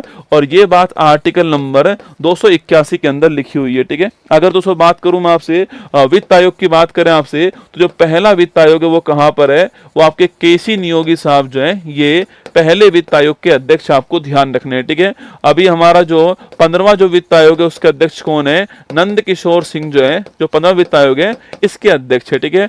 और जो 16वां जो फाइनेंस कमीशन है इसके हेड कौन है, अरविंद पनगड़िया जो है वो इसके हेड है, आपको ध्यान रखना है, ठीक है। अगला क्वेश्चन, पिछड़े वर्ग के लिए दोस्तों राष्ट्रीय आयोग, national commission for backward class, ठीक है। पहली बात तो इसका उल्लेख किस आर्टिकल में, 338 के अंदर, ठीक है। और संविधान संशोधन पूछूं आपसे, 102वां संविधान संशोधन, ठीक है। आर्टिकल 338 हो गया और 102वां संविधान संशोधन आपको ध्यान रखना है, ठीक है। वहीं आपके राष्ट्रीय अनुसूचित जाति आयोग की बात करूं आपसे, national commission for schedule caste की बात करें आपसे, तो ये आर्टिकल नंबर 338 आपके इसके अंदर है, ये आपको ध्यान रखना है, ठीक है। और नेशनल कमीशन फॉर आपके शेड्यूल ट्राइब जो है, राष्ट्रीय अनुसूचित जनजाति आयोग की बात करूं आपसे, national commission for schedule tribe की बात करूं तो आर्टिकल नंबर 338 हो गया, ध्यान रखिएगा। और ये 89वां संविधान संशोधन हो गया 2003, आपको ध्यान रखना है, ठीक है। तो आर्टिकल नंबर आपके 338 हो गया और 89वां संविधान संशोधन 2003 हो गया, ठीक है। देखो 338 में national commission for schedule caste है ना, 338 के अंदर है national commission for schedule tribe, ठीक है। और 338 के अंदर क्या आपके national commission for backward classes, ये हमारा 89वां संविधान संशोधन है और ये हमारा 102वां संविधान संशोधन, आपको ध्यान रखना है, ठीक है। लगाइए आंसर क्या हो गया, हमारा आंसर हो गया है ऑप्शन नंबर डी, हमारा करेक्ट आंसर है। National commission for schedule tribe जो है वो आपका ठीक आंसर, ठीक है। चलिए IUCN का दोस्तों अर्थ क्या है, ठीक है। IUCN के 4 ऑप्शन दिए हुए यहाँ पर, intensive care unit for nephrology, international union for conservation of nature, Indian union for conservation of nature, Indian universal communication news जो है, ये 4 फुल फॉर्म है, ठीक है। IUCN है ना, इसकी बात करूं मैं आपसे तो इसकी जो फुल फॉर्म होती है वो क्या होती है, वो फुल फॉर्म आपके है international union for conservation of nature, क्या है, international union for conservation of nature जो है ये इसकी फुल फॉर्म है, ठीक है। इसकी स्थापना कब होती है, इसकी स्थापना 1948 में होती है, ठीक है। कहां पर इसका मुख्यालय हो गया, तो ग्लैंड स्विट्जरलैंड जो है यहां इसका मुख्यालय हो गया, ठीक है। और दोस्तों ये आपके रेड डाटा लिस्ट जो है जारी करती है, जो भी संकटग्रस्त आपकी प्रजाति होती है पेड़ पौधों की, जीव जंतुओं की, उनके लिए जारी करती है, आपको ध्यान रखना IUCN, ठीक है। इसका मुख्यालय ग्लैंड के अंदर, ठीक है। यहीं पर दोस्तों एक संस्था और आपके WWF नाम की, ठीक है, इसको बोलते हैं वर्ल्ड वाइल्ड लाइफ फंड, क्या बोलते हैं, वर्ल्ड वाइल्ड लाइफ फंड कहते हैं, विश्व वन्य जीव कोष, क्या बोलते हैं हिंदी में, विश्व वन्य जीव कोष कहते हैं, आपको ध्यान रखना है, ठीक है। तो विश्व वन्य जीव जो कोष है, अगर मैं बात करूं आपसे, इसकी स्थापना 1961 में होती है और इसका मुख्यालय भी कहां पर है, ग्लैंड स्विट्जरलैंड जो है यहां पर इसका मुख्यालय, आपको ध्यान रखना है, ठीक है। तो हमारा आंसर क्या हो गया, international union for conservation of nature जो है ऑप्शन नंबर बी इसका ठीक आंसर है, आपको ध्यान रखना है, ठीक है। दोनों का मुख्यालय ग्लैंड के अंदर है। सवाल आपसे पूछ सकता है यहाँ पर कि जो IUCN इसकी फुल फॉर्म क्या है, सवाल आपके एग्जाम में बन सकता है, ठीक है। चलिएगा आगे बढ़ते हैं। नेक्स्ट क्वेश्चन, भारत ने पहली बार ओलंपिक खेलों में किस वर्ष में भाग लिया, ठीक है। 1900 के अंदर भाग लिया, 1896 में भाग लिया, 1904 में भाग लिया या फिर 1916 में भाग लिया, ठीक है। तो ये ओलंपिक का एक बड़ा बढ़िया सवाल आपके सामने है। कुछ बातें आपको इसके बारे में ध्यान रखनी चाहिए दोस्तों ना। देखो पहली बात तो जो ओलंपिक है आपके, इस ओलंपिक की बात करूं मैं आपसे, इसकी शुरुआत कब होती है, 1896 में शुरुआत इसकी होती है। और कहां पहली बार ओलंपिक हुआ था, एथेंस के अंदर आपके ओलंपिक हुआ, ठीक है। इस समय भारत नहीं था, इस समय क्या था, ब्रिटिश भारत है, ठीक है। ब्रिटिश भारत ने इस ओलंपिक में भाग नहीं लिया जो एथेंस के अंदर हुआ 1896 के अंदर, ग्रीस के अंदर हुआ, ठीक है। इसके 4 साल बाद ओलंपिक कहां हुआ, आपके 1900 के अंदर हुआ, ठीक है। ओलंपिक 4 साल बाद होते हैं आपके, और यह ओलंपिक पेरिस में हुआ दोस्तों ना। और यहाँ पर दोस्तों ब्रिटिश भारत की ओर से, यहाँ ब्रिटिश भारत की ओर से पहली बार किसी ने भाग लिया, ठीक है। और किसने भाग लिया था? नॉर्मन प्रिचार्ड जो है इसने भाग लिया, ठीक है। तो ब्रिटिश भारत की ओर से जो नॉर्मन प्रिचार्ड है इन्होंने भाग लिया। और नॉर्मन प्रिचार्ड जो आपके एथलीट थे, आपके धावक थे, और इन्होंने दोस्तों आपके इन्होंने 200 मीटर जो रेस है आपके, इसके अंदर जो है 2 सिल्वर मेडल जीते, ठीक है। 200 मीटर रेस में 2 सिल्वर जीते, आपको ध्यान रखना है। 1900 के अंदर ब्रिटिश ओलंपिक आपसे ब्रिटिश भारत ने भाग लिया। तो भारत ने पहली बार किस ओलंपिक में भाग लिया? इसमें भाग लिया था 1900 ओलंपिक के अंदर, आपको ध्यान रखना है, ठीक है। इसमें भारत ने भाग नहीं लिया था, ये भी आप सवाल पूछ सकता है आपसे, तैयार रहना दोस्तों ना। और 2 सिल्वर मेडल जीते थे आपके 200 मीटर रेस के अंदर, आपको ध्यान रखना है, ठीक है। अगला दोस्तों क्वेश्चन आपके सामने, आजादी के बाद ओलंपिक कहां पर हुआ आपके? तो 1948 में लंदन में ओलंपिक हुआ था। और यहाँ पर जो हमारी हॉकी टीम थी आपकी, ये गोल्ड जीत के लाती है, आपको ध्यान रखना है, ठीक है। इसके बाद में 1952 का जो ओलंपिक था आपके, वो कहाँ हुआ था? ये हेलेंस्की के अंदर हुआ था आपके। और यहीं पर केडी जाधव जो है आपके, ये आजाद भारत में पहली बार आपके जो कुश्ती है, रेसलिंग जो है, इसमें ब्रॉन्ज जीतते हैं और पहला जो व्यक्तिगत मेडल आपके वो लेकर आते हैं, ध्यान रखना है, ठीक है। 1952 दोस्तों ओलंपिक आपसे एग्जाम में सवाल पूछ सकता है, ठीक है। इसके बाद सन 2000 का जो ओलंपिक है आपकी, यह सिडनी के अंदर होता है। और यहाँ पर कर्णम मल्लेश्वरी जो है आपकी, कर्णम मल्लेश्वरी वेट लिफ्टिंग खेल के अंदर ब्रॉन्ज जीत कर लाती है। और किसी महिला के द्वारा, भारतीय महिला के द्वारा ओलंपिक में जीता गया पहला पदक आपके सामने यहाँ पर, ठीक है दोस्तों। इसके बाद पूछूं आपसे, इसके बाद पूछे आपसे दोस्तों, इसके बाद जो आपके, इसके बाद लिखिए आपके अभी कहां पर ओलंपिक हुआ है? अभी आपके 2024 में कहां ओलंपिक हुआ था? पेरिस के अंदर ओलंपिक हुआ, ठीक है। नंबर कौन सा आपके? नंबर आपके 33वां नंबर हो गया, ठीक है। शुभंकर क्या है इसका? फ्रिज जो है ये इसका मैस्कोट या फिर शुभंकर हो गया, ठीक है। फ्रिज एक टोपी है आपके फ्रांस की, कहां की? फ्रांस की टोपी है। और 3 रंग की ट्रॉफी दोस्तों होती है, क्या? 3 रंग की ट्रॉफी आपके, जिसमें रेड है, जिसमें ब्लू और जिसमें व्हाइट है, ठीक है। ये आपको ध्यान रखना है, ठीक है।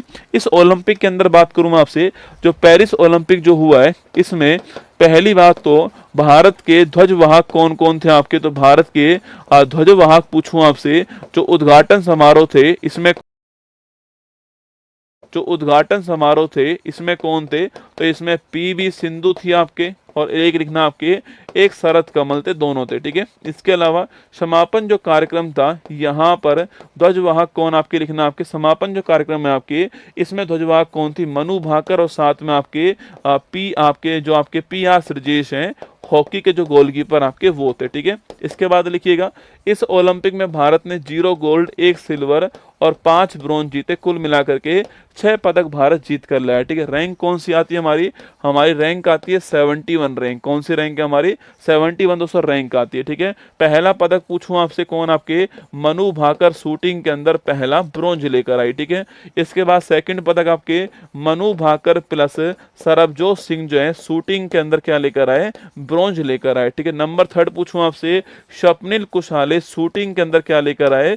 ब्रॉन्ज लेकर आए, ठीक है। और नंबर 4 लिखिए आपके, इंडिया हॉकी टीम जो है आपके, वो क्या लेकर आई? ब्रॉन्ज लेकर आई। और किसको हरा दिया? स्पेन को हराया, आपको ध्यान रखना है, ठीक है। और नंबर 5 लिखिए, नीरज चोपड़ा जो है आपके, नीरज चोपड़ा 89.45 मीटर दूर भाला फेंक करके सिल्वर लेकर आए, ठीक है। और नंबर 6 लिखिएगा आपके, नंबर 6 दोस्तों पूछूं आपसे कौन? आपके नंबर 6 याद कीजिए, कुश्ती खेल जो आपके, इस कुश्ती खेल के अंदर अमन सहरावत जो आपके, अमन सहरावत ने कुश्ती खेल के अंदर 57 किलोग्राम कैटेगरी के अंदर ब्रॉन्ज जीता, आपको ध्यान रखना है, ठीक है। तो ये आपसे एग्जाम में सवाल बन सकता है, इसके लिए तैयार रहिएगा, ठीक है। चलिएगा, हमारा आंसर हो गया 1904 का आपके, हमारा आंसर हो गया 1900 का ओलंपिक, ऑप्शन नंबर 1 हमारा करेक्ट आंसर, ठीक है। अच्छा, अगला ओलंपिक कहाँ पर होने वाला है बेटा? अगला जो ओलंपिक आपका 28 में होने वाला है, वो कहाँ पर होगा? आपके लॉस एंजल्स जो है यहाँ पर होगा, USA के अंदर। कहाँ होगा? लॉस एंजल्स USA के अंदर होगा। और जो आपके T20 क्रिकेट आपके, वो यहाँ पर शामिल हुआ है, ठीक है। चलिए आगे बढ़ते हैं। नेक्स्ट क्वेश्चन आपके सामने, राजीव गांधी खेल रत्न पुरस्कार का नाम बदलकर मेजर ध्यानचंद खेल रत्न पुरस्कार जो है कब किया गया? ठीक है, देखो बहुत बढ़िया सवाल है। ठीक है, जिसने केवल 2021 भी याद कर लिया वो भी आपके सवाल गलत करके आएगा। ठीक है, क्योंकि दो ऑप्शन 21 के दे दिए ना, दो ऑप्शन 21 के दे दिए आपके।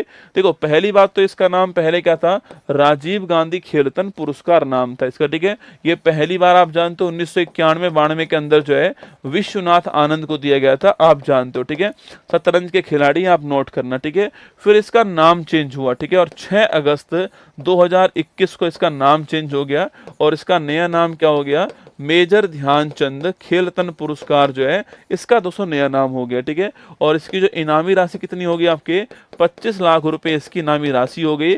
और ये आपके उस वर्ष में आपके शरत कमल जो है टेबल टेनिस जो खिलाड़ी हैं इनको दिया गया, आपको ध्यान रखना है। ठीक है, और अभी ये कुछ दिनों पहले आपके 4 खिलाड़ी को मिला है, जिसमें एक का नाम मनु भाकर आप जानते हो, तो एक का नाम आपके डी गुकेश हो गया। शतरंज के खिलाड़ी हैं आपके दोस्तों, एक का नाम नोट कीजिए आपके जो है, एक का नाम आपके प्रवीण कुमार हो गया, पैरा एथलीट हाई जंप के खिलाड़ी हो गए, और एक का नाम लिखिए आपके हरमनप्रीत सिंह आपके हॉकी के कप्तान, आपको ध्यान रखना है। ठीक है, इन चारों को मिला है। तो 6 अगस्त 2021 को 25 लाख रुपए इनामी राशि है, ये दोनों पॉइंट आपको ध्यान रखने हैं। ठीक है, हमारा आंसर क्या हो गया, हमारा answer option number 1 correct answer है, 6 अगस्त 2021 हमारा ठीक आंसर, तैयार रहना इसके लिए। ठीक है, अगला क्वेश्चन, मैदान में कबड्डी टीम के दोस्तों प्रत्येक पारी में कितने खिलाड़ी होते हैं? दोस्तों आइए लिख लीजिए मेरे साथ में, जो प्रमुख खिलाड़ी है उनकी बात करूं मैं आपसे, तो हॉकी में कितने हैं, क्रिकेट में कितने हैं और फुटबॉल में कितने हैं? ठीक है, ये तो आप जानते हो दोस्तों ना। इसके अलावा कबड्डी जो खेल आपके यहाँ पर कितने खिलाड़ी खेलते हैं? ठीक है, इसके अलावा खो खो खेल जो है यहाँ पर कितने खिलाड़ी खेलते हैं? ठीक है, इसके अलावा दोस्तों आपके, इसके अलावा जो वॉलीबॉल खेल है इसमें कितने खिलाड़ी खेलते हैं? ठीक है, इसके अलावा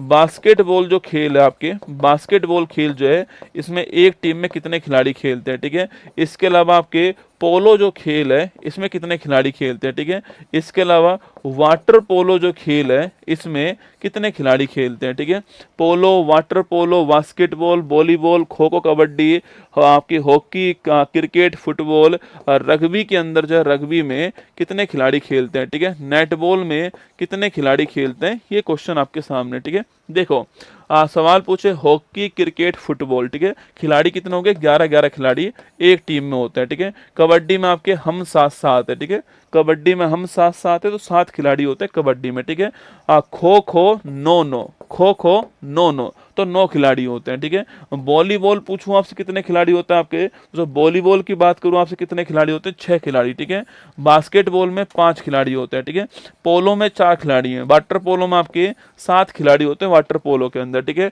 रग्बी में 15 खिलाड़ी हैं और नेट बॉल में 7 खिलाड़ी, आपको ध्यान रखना है। ठीक है, तो hockey, cricket, football 11-11, kabaddi 7, kho kho 9-9, volleyball 6, basketball 5, पोलो 4, water polo 7, rugby 15, net ball 7, ये आपको ध्यान रखना है। ठीक है, तो कबड्डी में आपके 7 खिलाड़ी हैं, ऑप्शन नंबर 1 आपके ध्यान रखना, ऑप्शन नंबर 1 जो है वो ठीक दोस्तों आंसर। ठीक है, खो खो वर्ल्ड कप कहाँ हुआ अभी हाल ही में, दिल्ली के अंदर हुआ। ठीक है, जीतने वाला देश आपके भारत जो है, चाहे मेल और चाहे फीमेल दोनों में जीत गया। ठीक है, हारने वाला देश कौन सा, नेपाल जो है ये हारने वाला देश। ठीक है, इसका शुभंकर पूछूं आपसे कौन सा आपके, तो लिखिएगा तारा और तेजस जो है ये इसका शुभंकर, आपको ध्यान रखना है। ठीक है, चलिए आगे बढ़िएगा। नेक्स्ट क्वेश्चन आपके, बास्केटबॉल में 5 खिलाड़ी, कितने, 5 खिलाड़ी बास्केटबॉल में है ना।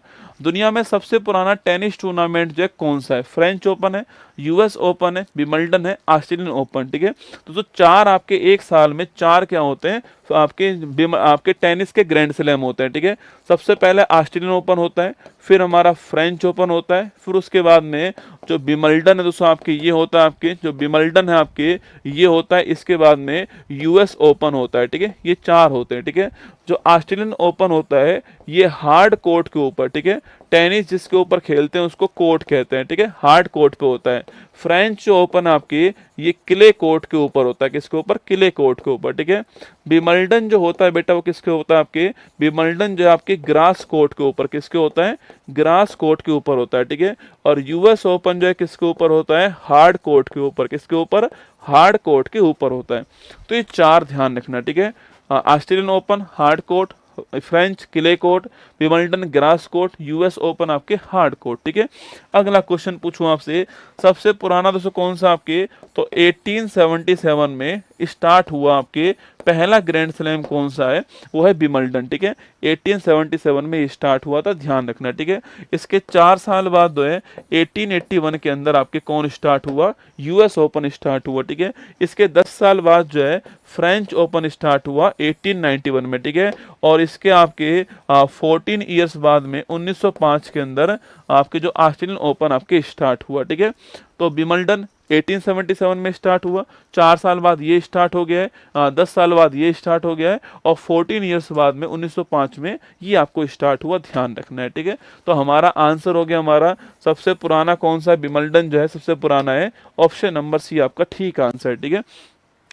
रोगों का कौन सा समूह जीवाणुओं के दोस्तों कारण आपके होता है। ठीक है, जो रोग है आपके उनका कौन सा समूह आपके जो जीवाणु है इसके कारण होता है। ठीक है, मलेरिया, सामान्य सर्दी जुकाम, इन्फ्लुएंजा, डेंगू, हैजा, डेंगू, मलेरिया, हैजा, आंत्र ज्वर, हैजा, तपेदिक। ठीक है, चलिए देखिए सवाल पूछे आपसे, जीवाणु जो है इससे होने वाले जो रोग हैं इसकी बात करूं मैं आपसे, तो लिखिएगा पंडित का टिक, लिखना पंडित का टिक, पंडित का टिक न्यू है, पंडित का टिक न्यू है, सगी बेटी रिया, क्या है, पंडित का टिक न्यू है, सगी बेटी रिया, आपको ध्यान रखना है। ठीक है, तो पै4 क्या हो गया, पै4 हो गया आपके प्लेग। ठीक है, पै4 प्लेग हो गया।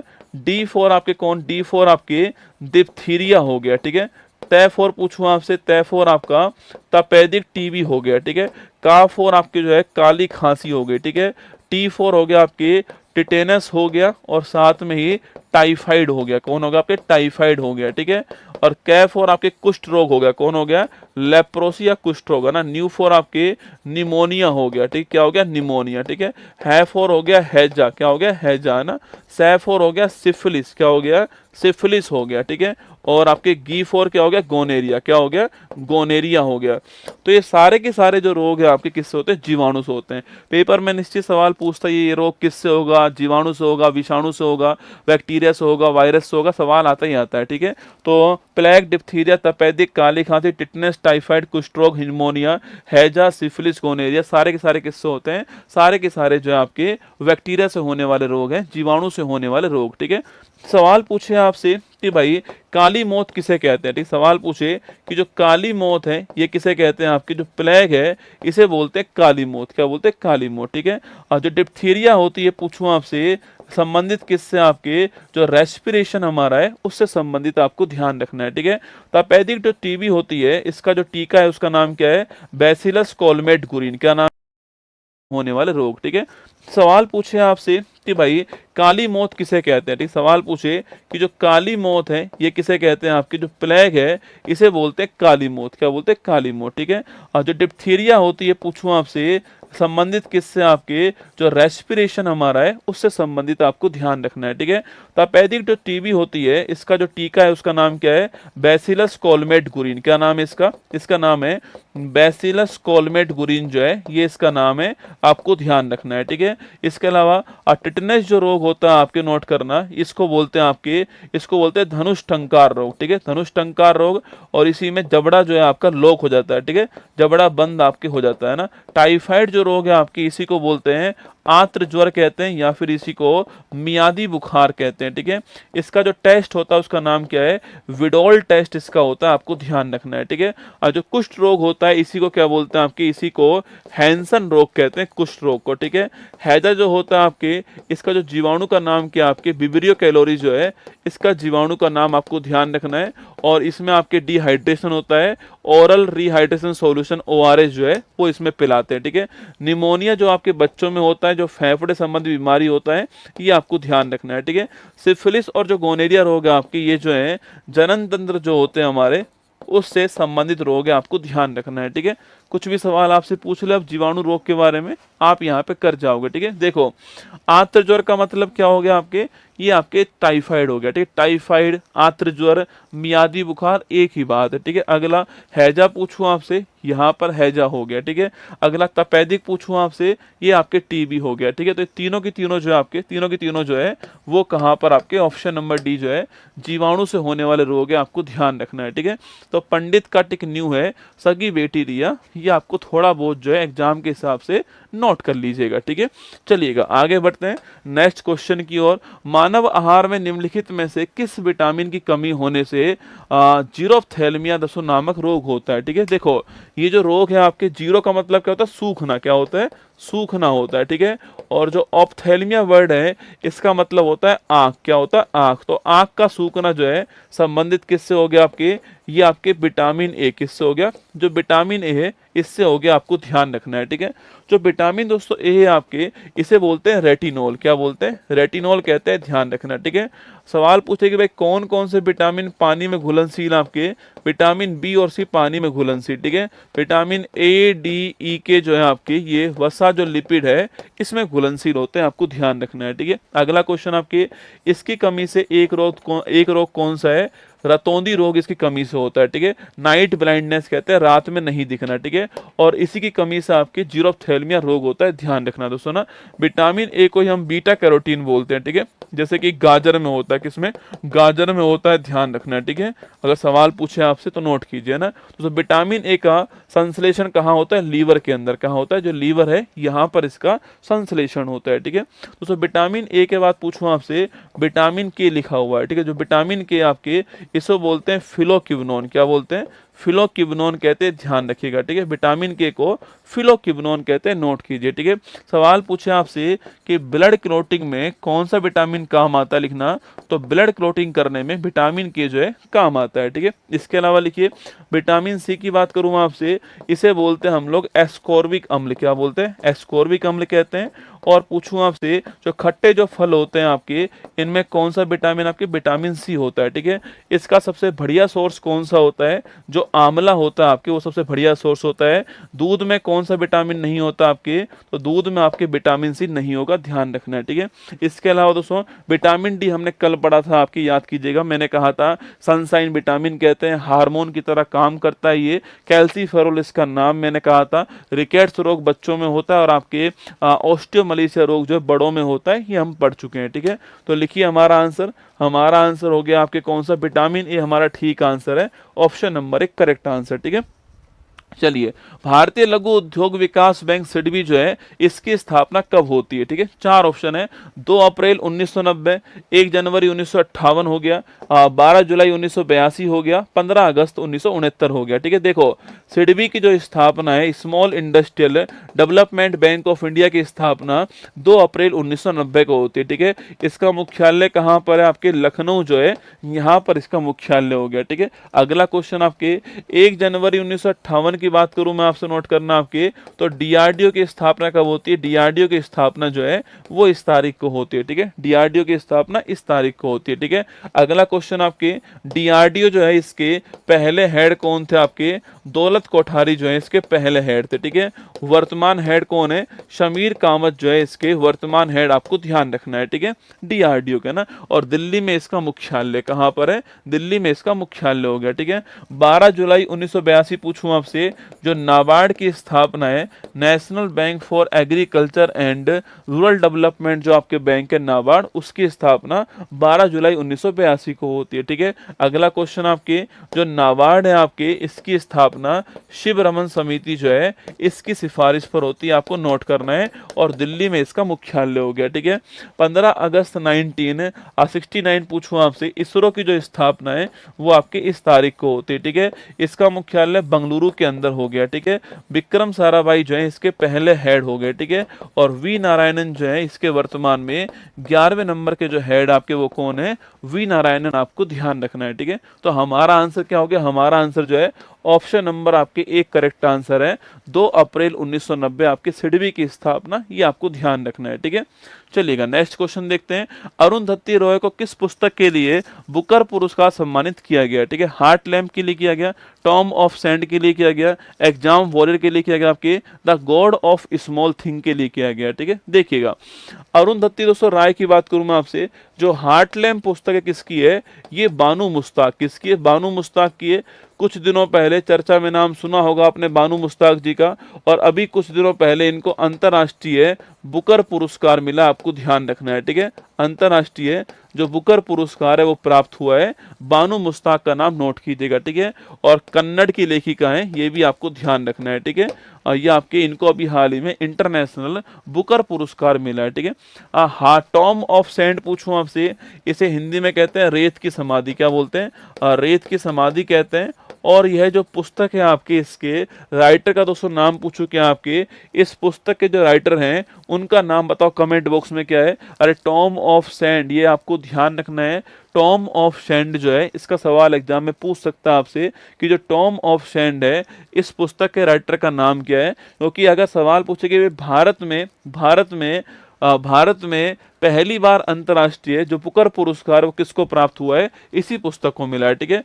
गीतांजलि श्री किसकी, आपके गीतांजलि श्री। और इसी पुस्तक को इंग्लिश में करने वाले कौन थे, डेजी रॉकवेल। कौन थे, डेजी रॉकवेल जो है इंग्लिश में ट्रांसलेट करने वाले थे। और बुकर पुरस्कार, अंतर्राष्ट्रीय बुकर पुरस्कार जीतने वाली पहली भारतीय कौन आपके, वो यही है, गीतांजलि श्री का नाम ध्यान रखना है, ठीक है। अच्छा अगला क्वेश्चन आपके एग्जाम वॉरियर पूछूं आपसे किसकी, आपके तो प्रधानमंत्री जो मोदी हैं इनकी पुस्तक का नाम क्या है, एग्जाम वॉरियर जो है इनकी पुस्तक का नाम आपको ध्यान रखना है, ठीक है। The God of small thing पूछूं आपसे, यह अरुंधति रॉय की पहली इनकी पुस्तक है। और इसी पुस्तक के लिए इनको बुकर पुरस्कार मिला, और बुकर पुरस्कार जीतने वाली ये पहली भारतीय महिला, ठीक है। पहली भारतीय जो महिला है वो आपको ध्यान रखना है, ठीक है। बुकर पुरस्कार जीतने वाली पहली भारतीय महिला यही है, ठीक है। अच्छा सवाल पूछूं आपसे, 2024 में जो बुकर पुरस्कार था ये किसको प्राप्त हुआ आपके, तो लिखिएगा सामंता हार्वे। किसको मिला था, अभी 25 वाला तो नहीं मिला है, पर 24 वाला सामंता हार्वे को मिला था। और किस उपन्यास के लिए, द ऑर्बिटल उपन्यास के लिए। किसके लिए, द ऑर्बिटल जो उपन्यास है इसके लिए प्राप्त हुआ, आपको ध्यान रखना है, ठीक है। दोस्तों इनकी और पुस्तक भी आप ध्यान रखना, आपके the ministry of utmost happiness किसकी पुस्तक है, इन्हीं की पुस्तक है। द मिनिस्ट्री ऑफ अटमोस्ट जो हैप्पीनेस है, यह पुस्तक किसकी, आपके अरुंधति रॉय की पुस्तक, ठीक है। आजादी पूछूं आपसे किसकी पुस्तक है, ये भी इन्हीं की पुस्तक, आपको ध्यान रखना है, ठीक है। तो हमारा answer option number D correct answer है, the God of small thing, आपको ध्यान रखना है, ये ठीक आंसर हो गया ना। निम्न में से कौन सा युद्ध सही सुमेलित नहीं है ना, पानीपत का पहला युद्ध आपके 26 के अंदर, खानवा का युद्ध आपके 27 के अंदर, पानीपत का तीसरा युद्ध आपके 1761 के अंदर, और बक्सर का युद्ध पूछूं आपसे 1765 के अंदर। देखो पानीपत के 3 दोस्तों युद्ध हुए हैं, ठीक है। पहला, सेकंड और थर्ड हो गया, ठीक है। जो पहला युद्ध आपके वो हुआ है 26 के अंदर, सेकंड आपके 56 के अंदर, थर्ड आपके 1761 के अंदर, ठीक है। जो पहला जो वॉर हुआ था पहला जो वॉर हुआ था आपके वो बाबर और किसके बीच में, जो बाबर था आपके इसके बीच में था, और बाबर के सामने इब्राहिम लोदी। कौन था, बाबर के सामने इब्राहिम लोदी, आपको ध्यान रखना है, ठीक है। सेकंड जो वॉर था आपके वो अकबर वर्सेज हेमू, किसके बीच में, अकबर वर्सेज जो हेमू है इसके बीच में सेकंड आपके पानीपत हुआ आपके, तो लिखिएगा सामंता हार्वे। किसको मिला था, अभी 25 वाला तो नहीं मिला है, पर 24 वाला सामंता हार्वे को मिला था। और किस उपन्यास के लिए, द ऑर्बिटल उपन्यास के लिए। किसके लिए, द ऑर्बिटल जो उपन्यास है इसके लिए प्राप्त हुआ, आपको ध्यान रखना है, ठीक है। दोस्तों इनकी और पुस्तक भी आप ध्यान रखना, आपके the ministry of utmost happiness किसकी पुस्तक है, इन्हीं की पुस्तक है। द मिनिस्ट्री ऑफ अटमोस्ट जो हैप्पीनेस है, यह पुस्तक किसकी, आपके अरुंधति रॉय की पुस्तक, ठीक है। आजादी पूछूं आपसे किसकी पुस्तक है, ये भी इन्हीं की पुस्तक, आपको ध्यान रखना है, ठीक है। तो हमारा answer option number D correct answer है, the God of small thing, आपको ध्यान रखना है, ये ठीक आंसर हो गया ना। निम्न में से कौन सा युद्ध सही सुमेलित नहीं है ना, पानीपत का पहला युद्ध आपके 26 के अंदर, खानवा का युद्ध आपके 27 के अंदर, पानीपत का तीसरा युद्ध आपके 1761 के अंदर, और बक्सर का युद्ध पूछूं आपसे 1765 के अंदर। देखो पानीपत के 3 200 युद्ध हुए हैं, ठीक है। पहला, सेकंड और थर्ड हो गया, ठीक है। जो पहला युद्ध आपके वो हुआ है 26 के अंदर, सेकंड आपके 56 के अंदर, थर्ड आपके 1761 के अंदर, ठीक है। जो पहला जो वॉर हुआ था आपसे, पहला जो वॉर हुआ था आपके वो बाबर और किसके बीच में, जो बाबर था आपके इसके बीच में था, और बाबर के सामने इब्राहिम लोदी। कौन था? बाबर के सामने इब्राहिम लोदी, आपको ध्यान रखना है, ठीक है। सेकंड जो वॉर था आपके वो अकबर वर्सेज हेमू, किसके बीच में? अकबर वर्सेज जो हेमू है इसके बीच में सेकंड आपके पानीपत का वॉर हुआ, ठीक है। और जो थर्ड आपके वॉर हुआ आपके वो किसके बीच में? आपके मराठा वर्सेज आपके अहमद शाह अब्दाली। कौन सा? मराठा वर्सेज अहमद शाह अब्दाली जो है इसके बीच हुआ थर्ड आपके वॉर पानीपत का, ठीक है। ये तो पानीपत के 203 वॉर हो गए, ठीक है।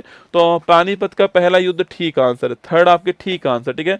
खानवा का जो युद्ध हुआ था आपके वो भरतपुर के पास में हुआ था राजस्थान के अंदर, और राणा सांगा वर्सेज आपके राणा सांगा वर्सेज जो आपके बाबर जो है इसके बीच में हुआ था, आपको ध्यान रखना है, ठीक है। खानवा का युद्ध है ना, ये भी ठीक आंसर है, करेक्ट आंसर, ठीक है। बक्सर का युद्ध पूछूं आपसे, ये 1764 में हुआ बेटा ना। जो बक्सर का जो वॉर है आपके वो 1764 में हुआ दोस्तों ना। और किसके बीच में हुआ आपके? ये आपके ईस्ट इंडिया कंपनी वर्सेज आपके बंगाल, अवध और मुगल सम्राट, ठीक है। यह तीनों, एक और थे आपके बंगाल, अवध और मुगल सम्राट एक और थे, और ईस्ट इंडिया कंपनी एक और थी। इसकी तरफ से हेक्टर मुनरो। कौन था? इसकी तरफ से हेक्टर मुनरो था। और यहाँ मुगल सम्राट कौन था? आपके शाह आलम सेकंड। कौन था? शाह आलम सेकंड जो है ये मुगल सम्राट था, आपको ध्यान रखना है।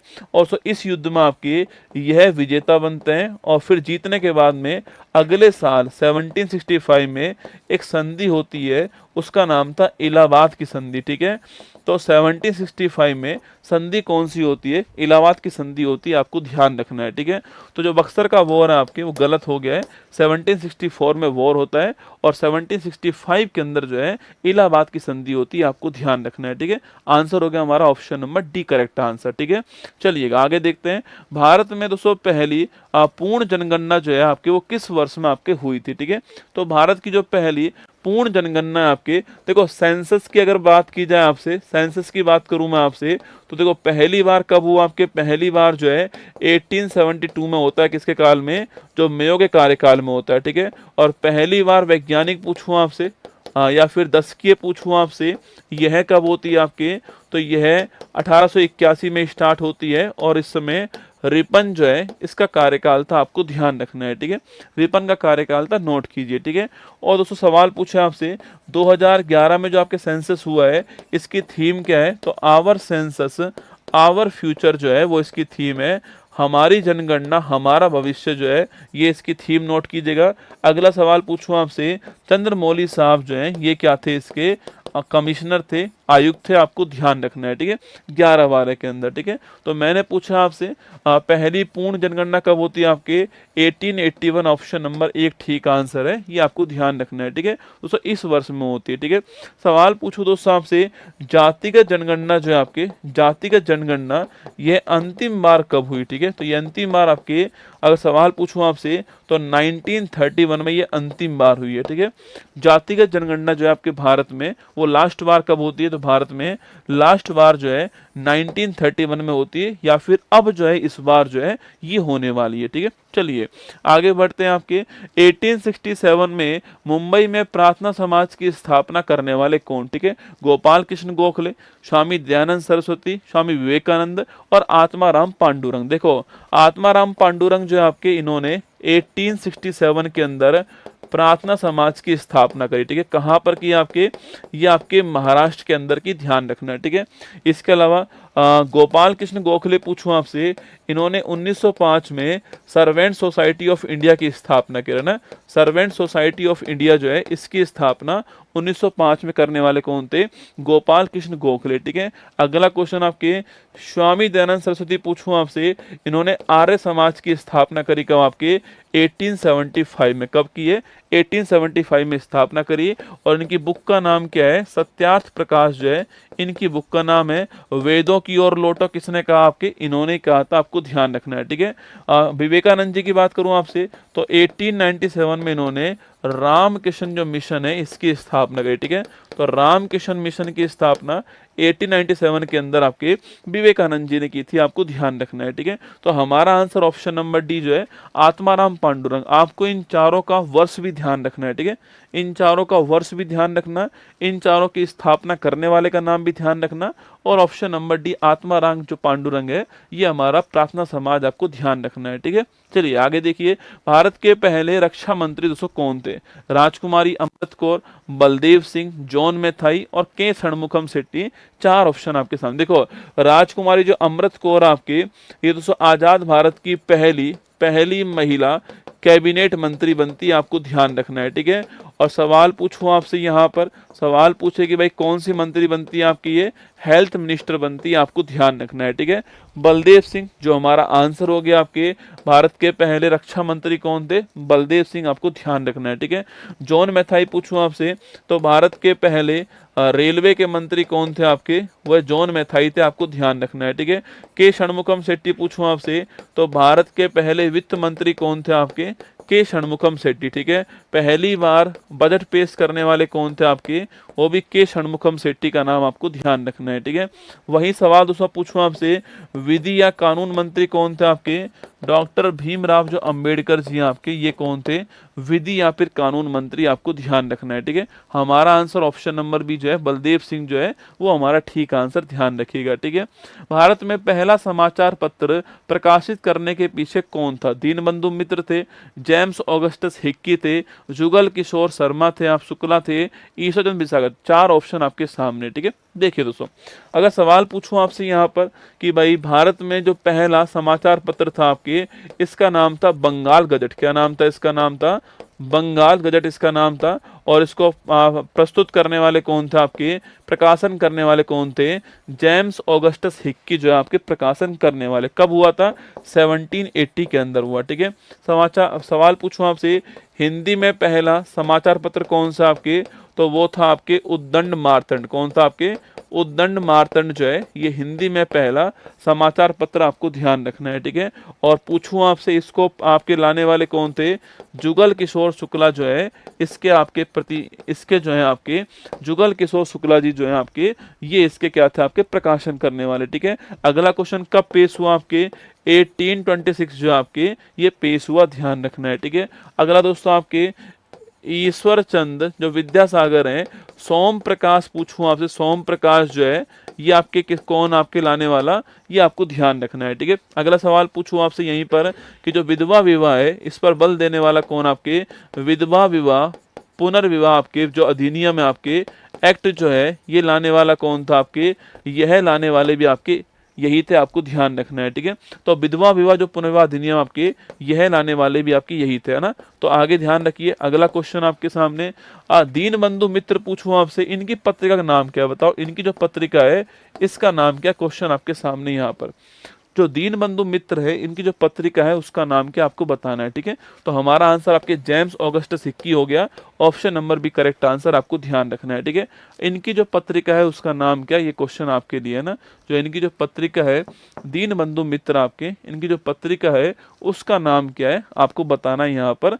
नील दर्पण, वेरी गुड, ठीक है, लिखना नील दर्पण जो है ये इनकी पत्रिका है, ध्यान रखिएगा, ठीक है। चलिए मलेशिया की दोस्तों मुद्रा क्या है? ठीक है, रिंगिट है, डोंग है, युवान है या फिर वॉन। ठीक है, देखो रिंगिट करेंसी किसकी आपकी, जो मलेशिया इसकी करेंसी रिंगिट है, और कुआलालंपुर जो है आपकी ये इसकी राजधानी। ठीक है, और यहीं पर किसका आपकी, यहीं पर जो बैडमिंटन है इसका मुख्यालय भी आपकी यहीं पर है। ठीक है, अगला क्वेश्चन आपके डोंग किसकी करेंसी आपकी, ठीक है, अगला क्वेश्चन आपके डोंग किसकी करेंसी आपके, वियतनाम की करेंसी डोंग है, और वियतनाम में हनोई जो आपकी ये इसकी राजधानी है। ठीक है, युवान पूछूं आपसे, युवान या फिर रेमनबी किसकी करेंसी आपके, चीन की करेंसी आपके युवान या फिर रेमनबी है, और बीजिंग इसकी राजधानी, आपको ध्यान रखना है। ठीक है, वॉन पूछूं आपसे, साउथ कोरिया जो है इसकी करेंसी वॉन है, और सियोल जो है ये इसकी राजधानी, आपको ध्यान रखना है। ठीक है,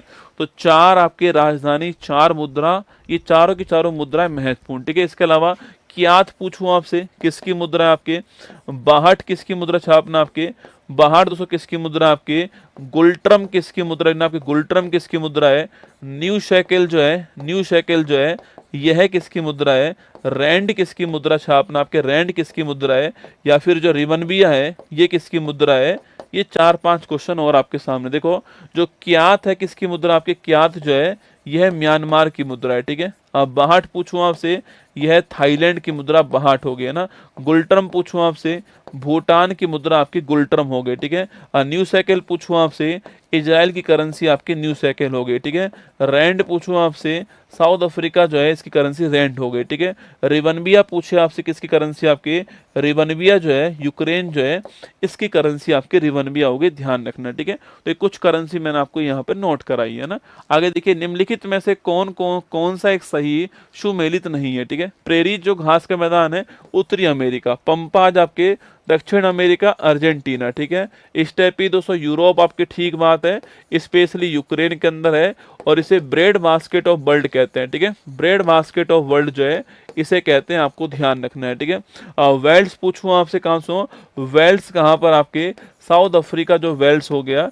और आपके जो ऑस्ट्रेलिया यहाँ पर कौन से आपके, यहाँ पर मिलते हैं आपके डाउन्स, कौन डाउन्स मिलते हैं। वहीं आपके पुस्ताज पूछूं कहाँ मिलते हैं आपके, तो पुस्ताज जो आपके हंगरी के अंदर मिलते हैं। लानोज पूछूं आपसे कहाँ मिलते हैं, लानोज जो आपके ये आपके जो वेनेजुला यहाँ पर मिलते हैं, ठीक है। वेनेजुला में लानोज मिलते हैं। पुस्ताज कहाँ पर आपके, हंगरी के अंदर। ऑस्ट्रेलिया के अंदर डाउन्स हो गया। वेल्स आपके साउथ अफ्रीका के अंदर हो गया। स्टेपीज यूक्रेन आपकी यूरोप हो गया। पंपाज साउथ अमेरिका अर्जेंटीना हो गया। और प्रेरीज आपके उत्तर अमेरिका हो गया, ठीक है। तो हमारा आंसर जो है option number D correct answer, आपको ध्यान रखना है, ठीक है।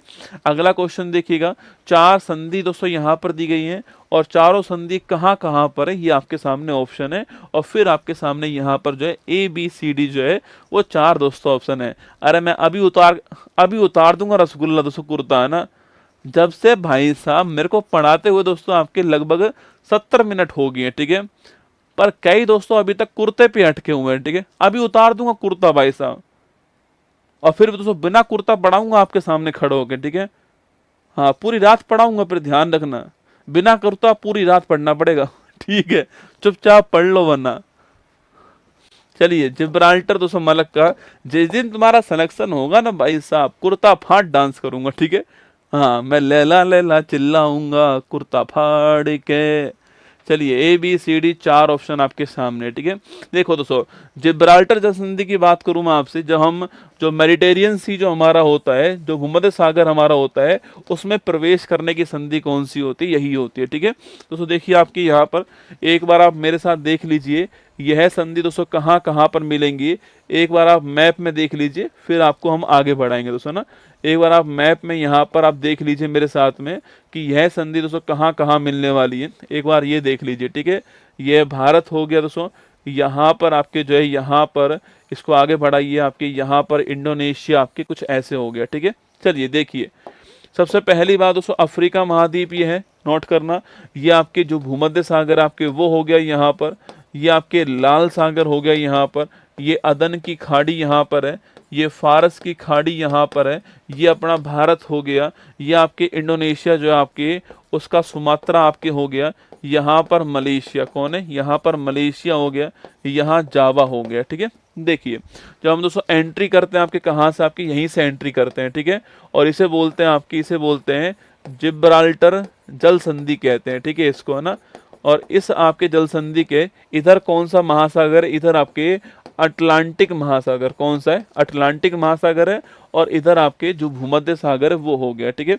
इसके दोस्तों नेक्स्ट बात आपके पूछूं आपसे, इसके नेक्स्ट बात यहाँ पर कौन सा है, तो यहाँ पर आपके कौन सा है, स्वेज नहर, कौन सा, स्वेज नहर, ठीक है।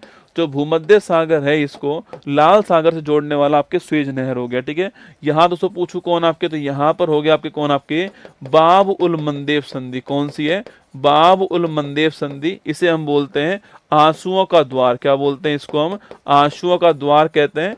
और सवाल पूछे आपसे कि लाल सागर और अदन की जो खाड़ी है इसको जोड़ने वाली संधि कौन सी आपकी, वो है बाब उल मंदेब संधि। ठीक है, यहाँ फारस की खाड़ी हो गई और दोस्तों इस फारस की खाड़ी में आपकी यहाँ पर संधि कौन सी आपके, हारमुज जल संधि। ठीक है, तो जो हारमुज जल संधि आपके वो फारस की खाड़ी और जो ओमान सागर है इसको जोड़ती है, आपको ध्यान रखना है। ठीक है, और यहाँ पर आपके अंडमान सागर हो गया और यहाँ दोस्तों पूछूं आपसे जावा सागर हो गया। इन दोनों के बीच में यहाँ पर संधि कौन सी है, मलक्का संधि। कौन सी, मलक्का संधि है। सुमात्रा और मलेशिया के बीच में अंडमान सागर को जावा सागर जोड़ने वाली संधि कौन सी है, ये मलक्का जल संधि, आपको ध्यान रखना है। ठीक है, तो मैंने आपको 1 2 3 4 5 ये 5 संधि एग्जाम में बार बार सवाल बना देती है। ठीक है, देखो पहला क्वेश्चन आपके सामने, जिब्राल्टर पूछूं आपसे कहां पर आपके, तो जिब्राल्टर कहां पर आपके, तो जिब्राल्टर जो है आपके वो पूछूं आपसे कहां पर है, अफ्रीका और जो यूरोप है आपके इसके मध्य संधि कौन सी है, ये जिब्राल्टर, आपको ध्यान रखना है दोस्तों ना। देखो यहाँ देखो आपके ये नीचे अफ्रीका और ऊपर आपकी यूरोप। ठीक है, तो अफ्रीका और यूरोप जो है इसके बीच संधि कौन सी, जिब्राल्टर, आपको ध्यान रखना है। ठीक है, अगला क्वेश्चन आपसे मलक्का पूछूं आपसे कहां पर है, इंडोनेशिया और जो मलेशिया है इसके मध्य आपके मलक्का हो गए। ठीक है, अब बैरिंग पूछूं आपसे, अभी अलग से पढ़ लेंगे। हारमू दोस्तों पूछूं आपसे कहां पर है, फारस की खाड़ी और जो ओमान की खाड़ी है इसको अलग करने वाले आपके कौन से हो गए, आपके ये हारमुज हो गए। ठीक है, तो 1 का 3 हो गया, 1 का 3 है तो आपके ए का 3 हो गया, बी का क्या होगा, बी का आपके जो है, बी का जो है वो आपके 1 हो गया, सी आपके डी का क्या हो गया, डी का 2 हो गया। ठीक है, तो 3 1 कहाँ पर है, 3 1 4 2, तो हमारा आंसर हो गया ऑप्शन नंबर सी हमारा ठीक आंसर। ठीक है, एशिया और जो उत्तरी अमेरिका है उसको अलग करने वाली संधि कौन सी है, बेरिंग जल संधि, आपको ध्यान रखना है। ठीक है, तो ऑप्शन नंबर सी हमारा ठीक आंसर हो गया ना। चलिए आगे बढ़ते हैं। नेक्स्ट आपके 12वीं पंचवर्षीय योजना जो है इसकी अवधि क्या होती है। ठीक है, 1 जनवरी 12 से 17 के बीच में, 1 अप्रैल 11 से 16 के बीच में, 1 जनवरी 11 से 16 के बीच में, 1 अप्रैल 12 17 के बीच में। 4 ऑप्शन आपके सामने। ठीक है, देखिए दोस्तों पहली बात तो जो हमारा पहला 5 ईयर प्लान था आपके वो कब था आपके, देखो मेरी बात ध्यान सुनना, 1951 से 56 आपके पहला हो गया। ठीक है, 56 से 61 आपके दूसरा हो गया। ठीक है, 61 से 66 आपके तीसरा हो गया। ठीक है, इसके बाद में 3 साल क्या हो गया, 3 साल गैप आ गया। ठीक है, फिर आपके 69 से 74 चौथा हो गया। ठीक है, 74 टू 78 पांचवा हो गया। ठीक है, फिर इसके बाद 78 टू 79 और 80 आपके रोलिंग प्लान आ गया। ठीक है, 1980 से 85 आपके छठा हो गया। ठीक है, इसके अलावा 85 से 90 आपके 7वां हो गया। ठीक है, फिर 90 से 91 और 92 आपके गैप आ गया। ठीक है, फिर 92 97 आपके 8वीं हो गई। ठीक है, 97 से 2002 आपके 9वीं हो गई। ठीक है, 2002 से 7 जो आपके 10वीं हो गई और 7 से 12 आपके 11वीं हो गई और 2012 से आपके जो है आपके 17 आपके क्या हो गई, 12वीं हो गई, जो कि आपके 1 अप्रैल को स्टार्ट होती है और 31 मार्च को आपके एंड होती है। ठीक है, ये 12 हमारी आपकी योजना है। ठीक है, अब देखिए आपके सामने सवाल आपसे घुमा घुमा के पूछ सकता है। पहली बात तो कौन सी योजना का टाइम क्या ये पूछ सकता है आपसे। ठीक है, अगला क्वेश्चन पूछ सकता है कि भाई प्लान हॉलीडे कब आ गया। ठीक है, तो प्लान हॉलीडे जो है आपके एक तो तीसरी के 200 बाद आया, किसके बाद आया, थर्ड के बाद आया। ठीक है, रोलिंग प्लान कब आया आपके, तो रोलिंग प्लान जो है 5वीं और 6ठी के बीच में आपके रोलिंग प्लान आ गया। ठीक है, प्लान हॉलीडे दोबारा कब आ गया आपके, दोबारा जो आपके वो आपके जो दोबारा आपके जो प्लान हॉलीडे है वो आपके वापस 1990 में आ गया, 7वीं के बाद आ गया। ठीक है, तो ये आपको 3 गैप भी ध्यान रखने हैं। ठीक है, रोलिंग प्लान कब आया है, प्लान हॉलीडे कब कब आया, सवाल आपसे पूछ सकता है एग्जाम में। कौन सी योजना 5 साल नहीं चली, केवल 4 साल चली आपके, तो 5वीं योजना जो है आपके 4 साल चली है, ये भी आपको ध्यान रखना है। ठीक है, सवाल पूछा आपसे हमसे, option number D correct answer हो गया, इसको आपको ध्यान रखना है। ठीक है, अगला क्वेश्चन देखिए नेक्स्ट आपके लिए, रोलिंग प्लान किन 2 पंचवर्षीय योजनाओं के मध्य आता है। ठीक है, अभी दोस्तों मैंने कहा आपसे देखो रोलिंग प्लान आपके यहां पर आ गया, तो रोलिंग प्लान आपके जो है 5वीं और आपके 7वीं, 5वीं और 6ठी जो है इसके बीच में रोलिंग प्लान आया। ठीक है, तो 5वीं और 6ठी के बीच में रोलिंग प्लान आएगा, option number D correct answer हो गया, ध्यान रखिए। ठीक है, 5वीं 6ठी के बीच में रोलिंग प्लान है ना। निम्नलिखित ज्वालामुखियों में से कौन भूमध्य सागर का प्रकाश स्तंभ कहलाता है। देखो एटना पूछूं आपसे कहां पर है, इटली के अंदर। इक्वाडोर में, ठीक है। स्ट्राम्बोली पूछूं आपसे, भूमध्य सागर का जो प्रकाश स्तंभ है आपके स्ट्राम्बोली, ठीक है। विसुवियस पूछूं कहाँ पर, आपके इटली के अंदर विसुवियस हो गया, ठीक है। इसके अलावा अच्छा, इंडिया का एकमात्र एक्टिव वोल्केनो कौन सा है, बेरिंग ज्वालामुखी आपके अंडमान निकोबार, आपको ध्यान रखना है, ठीक है। तो option number C correct answer हो गया, स्ट्राम्बोली आपका ठीक आंसर, ठीक है। कौन सा अम्ल अमाशय में प्रवेश करने वाले जीवाणुओं का दोस्तों नाश करता है, ठीक है। सल्फ्यूरिक अम्ल, हाइड्रोक्लोरिक अम्ल, ब्यूटारिक अम्ल, ऑक्जेलिक अम्ल। देखो हमारी जो बॉडी का जो आपके पेट है, आपके उस स्टोमक के अंदर कौन सा एसिड मिलेगा आपको, हाइड्रोक्लोरिक अम्ल मिलता है, HCl मिलता है, ठीक है, जो कि प्रोटीन के पाचन का माहौल तैयार करता है, ठीक है। और इस प्रोटीन के पाचन के लिए हमारी बॉडी में आपके एक एंजाइम कौन सा होता है, पेप्सिन एंजाइम। कौन सा होता है, पेट के अंदर पेप्सिन एंजाइम होता है और ये प्रोटीन का पाचन करता है, ठीक है। तो पेट के अंदर ही आपके एक एंजाइम रेनिन होता है जो कि बच्चों में दूध का पाचन करता है, आपको ध्यान रखना है, ठीक है। दोस्तों अगला क्वेश्चन आपके ब्यूटारिक अम्ल पूछूं आपसे, जो मक्खन होता है आपके बटर जो होता है उसमें क्या होता है, ब्यूटारिक अम्ल होता है, ठीक है। ऑक्जेलिक अम्ल पूछूं आपसे, टमाटर जो है आपके इसमें ऑक्जेलिक अम्ल होता है और टमाटर का जो लाल रंग होता है वो किससे होता है, लाइकोपिन से होता है, आपको ध्यान रखना है, ठीक है। सल्फ्यूरिक अम्ल पूछूं आपसे, H2SO4 लिखना आपके, सल्फ्यूरिक दोस्तों अम्ल जो है आपके, इसको बोलते हैं गंधक का तेजाब। क्या बोलते हैं इसको, गंधक का तेजाब कहते हैं आपके सल्फ्यूरिक अम्ल को, ध्यान रखना, ठीक है। सवाल पूछे एसिड रेन क्या होती है, लिखना आपके एसिड रेन जो है वह सल्फ्यूरिक अम्ल आपके और साथ में नाइट्रिक अम्ल जो होता है इसकी जो बारिश होती है 5.5 के आसपास pH इसकी होती है, ये आपको ध्यान रखना है। सल्फ्यूरिक अम्ल जो है ये आपसे सवाल पूछ सकता है, ठीक है। गाड़ियों के जो पार्श्व दर्पण है आपके, सो गाड़ियों में जो आपकी जो बैक साइड में जो आपके जो गाड़ियों में जो आपके साइड में जो आपके मिरर होते हैं, साइड जो मिरर होते हैं वह आपके उसमें कौन सा मिरर आपके यूज होगा, ठीक है। देखो 3 मिरर होते हैं आपके, एक होता है समतल दर्पण, एक होता है अवतल दर्पण और एक होता है उत्तल दर्पण, ठीक है। देखो समतल दर्पण आपके ये तो आपके प्लेन मिरर हो गया, अवतल पूछूं आपसे यह कॉनकेव मिरर होता है, ठीक है, और उत्तल होता है आपके कॉन्वेक्स, ठीक है। समतल जो होता है जिसमें दोस्तों आप अपना थोपड़ा देखते हो वो समतल दर्पण होता है, ठीक है। जिसमें इस समय मैं अपने आप को देख रहा हूँ ना, जिस कैमरे में दोस्तों आप मुझे देख रहे हो उसी कैमरे में मैं आपको अपने आप को देख रहा हूँ, ठीक है। मैं अपने आप को देख रहा हूँ, ये समतल दर्पण है, ठीक है। जितना दूर मैं कैमरे से हूँ आपके उतना ही दूर कैमरे से क्या हो रहा है आपके, उतना ही दूर कैमरे से आपके प्रतिबिंब दिखाई देगा, ठीक है। वस्तु के बराबर प्रतिबिंब दिखाई देगा, आभासी होगा और आपके सीधा होगा, ठीक है। तो लिखिएगा इसमें आपके एक तो वस्तु के बराबर होगा, पहली बात तो, ठीक है। अगला पॉइंट आपके ये आपके वस्तु के बराबर होगा, आभासी होगा, वर्चुअल होगा और आपके सीधा होगा, ठीक है, ध्यान रखना है ना। जो अवतल दर्पण दोस्तों आपके जो होता है, जो कॉनकेव जो मिरर होता है आपके, अवतल दर्पण जो होता है ये छोटी चीज को बड़ी करके दिखाता है, ठीक है। जो अवतल दर्पण होता है ये छोटी चीज को बड़ी कर देता है दोस्तों ना, छोटी चीज को बड़ी करता है, नोट करना आपके। जैसे कि दोस्तों आपके जो डेंटिस्ट जो होते हैं आपके, तो डेंटिस्ट जो होते हैं, कभी दोस्तों अगर आप डेंटिस्ट के पास जाओगे ना दोस्तों, उसके पास एक पेन होता है, सो इस दोस्तों पेन में आपके ऊपर की ओर एक आपके मिरर लगा होता है, कॉनकेव मिरर, ठीक है। वो दोस्तों उस पेन को आपके मुंह में डालता है, ठीक है, और जहां भी समस्या दांत में होती है आपके वो उसको बड़ी दिखाई देती है, ठीक है। तो जो दंत चिकित्सक जो होते हैं आपके वो इसी का यूज करते हैं, ठीक है। जो दंत चिकित्सक जो होता है आपके, डेंटिस्ट जो होते हैं वो आपके अवतल दर्पण जो है इसी का यूज करते हैं, आपको ध्यान रखना है, ठीक है। सेविंग दोस्तों मिरर जो होता है आपके, जो हमारे पास में जो हमारे सेविंग करने वाला जो मिरर होता है आपके, वो भी आपके नोट करना। सेविंग जो मिरर है आपके उसमें भी हम जो है छोटी चीज को बड़ी करते हैं, इसलिए इसी का यूज करते हैं, ठीक है, इसी के अंदर ना।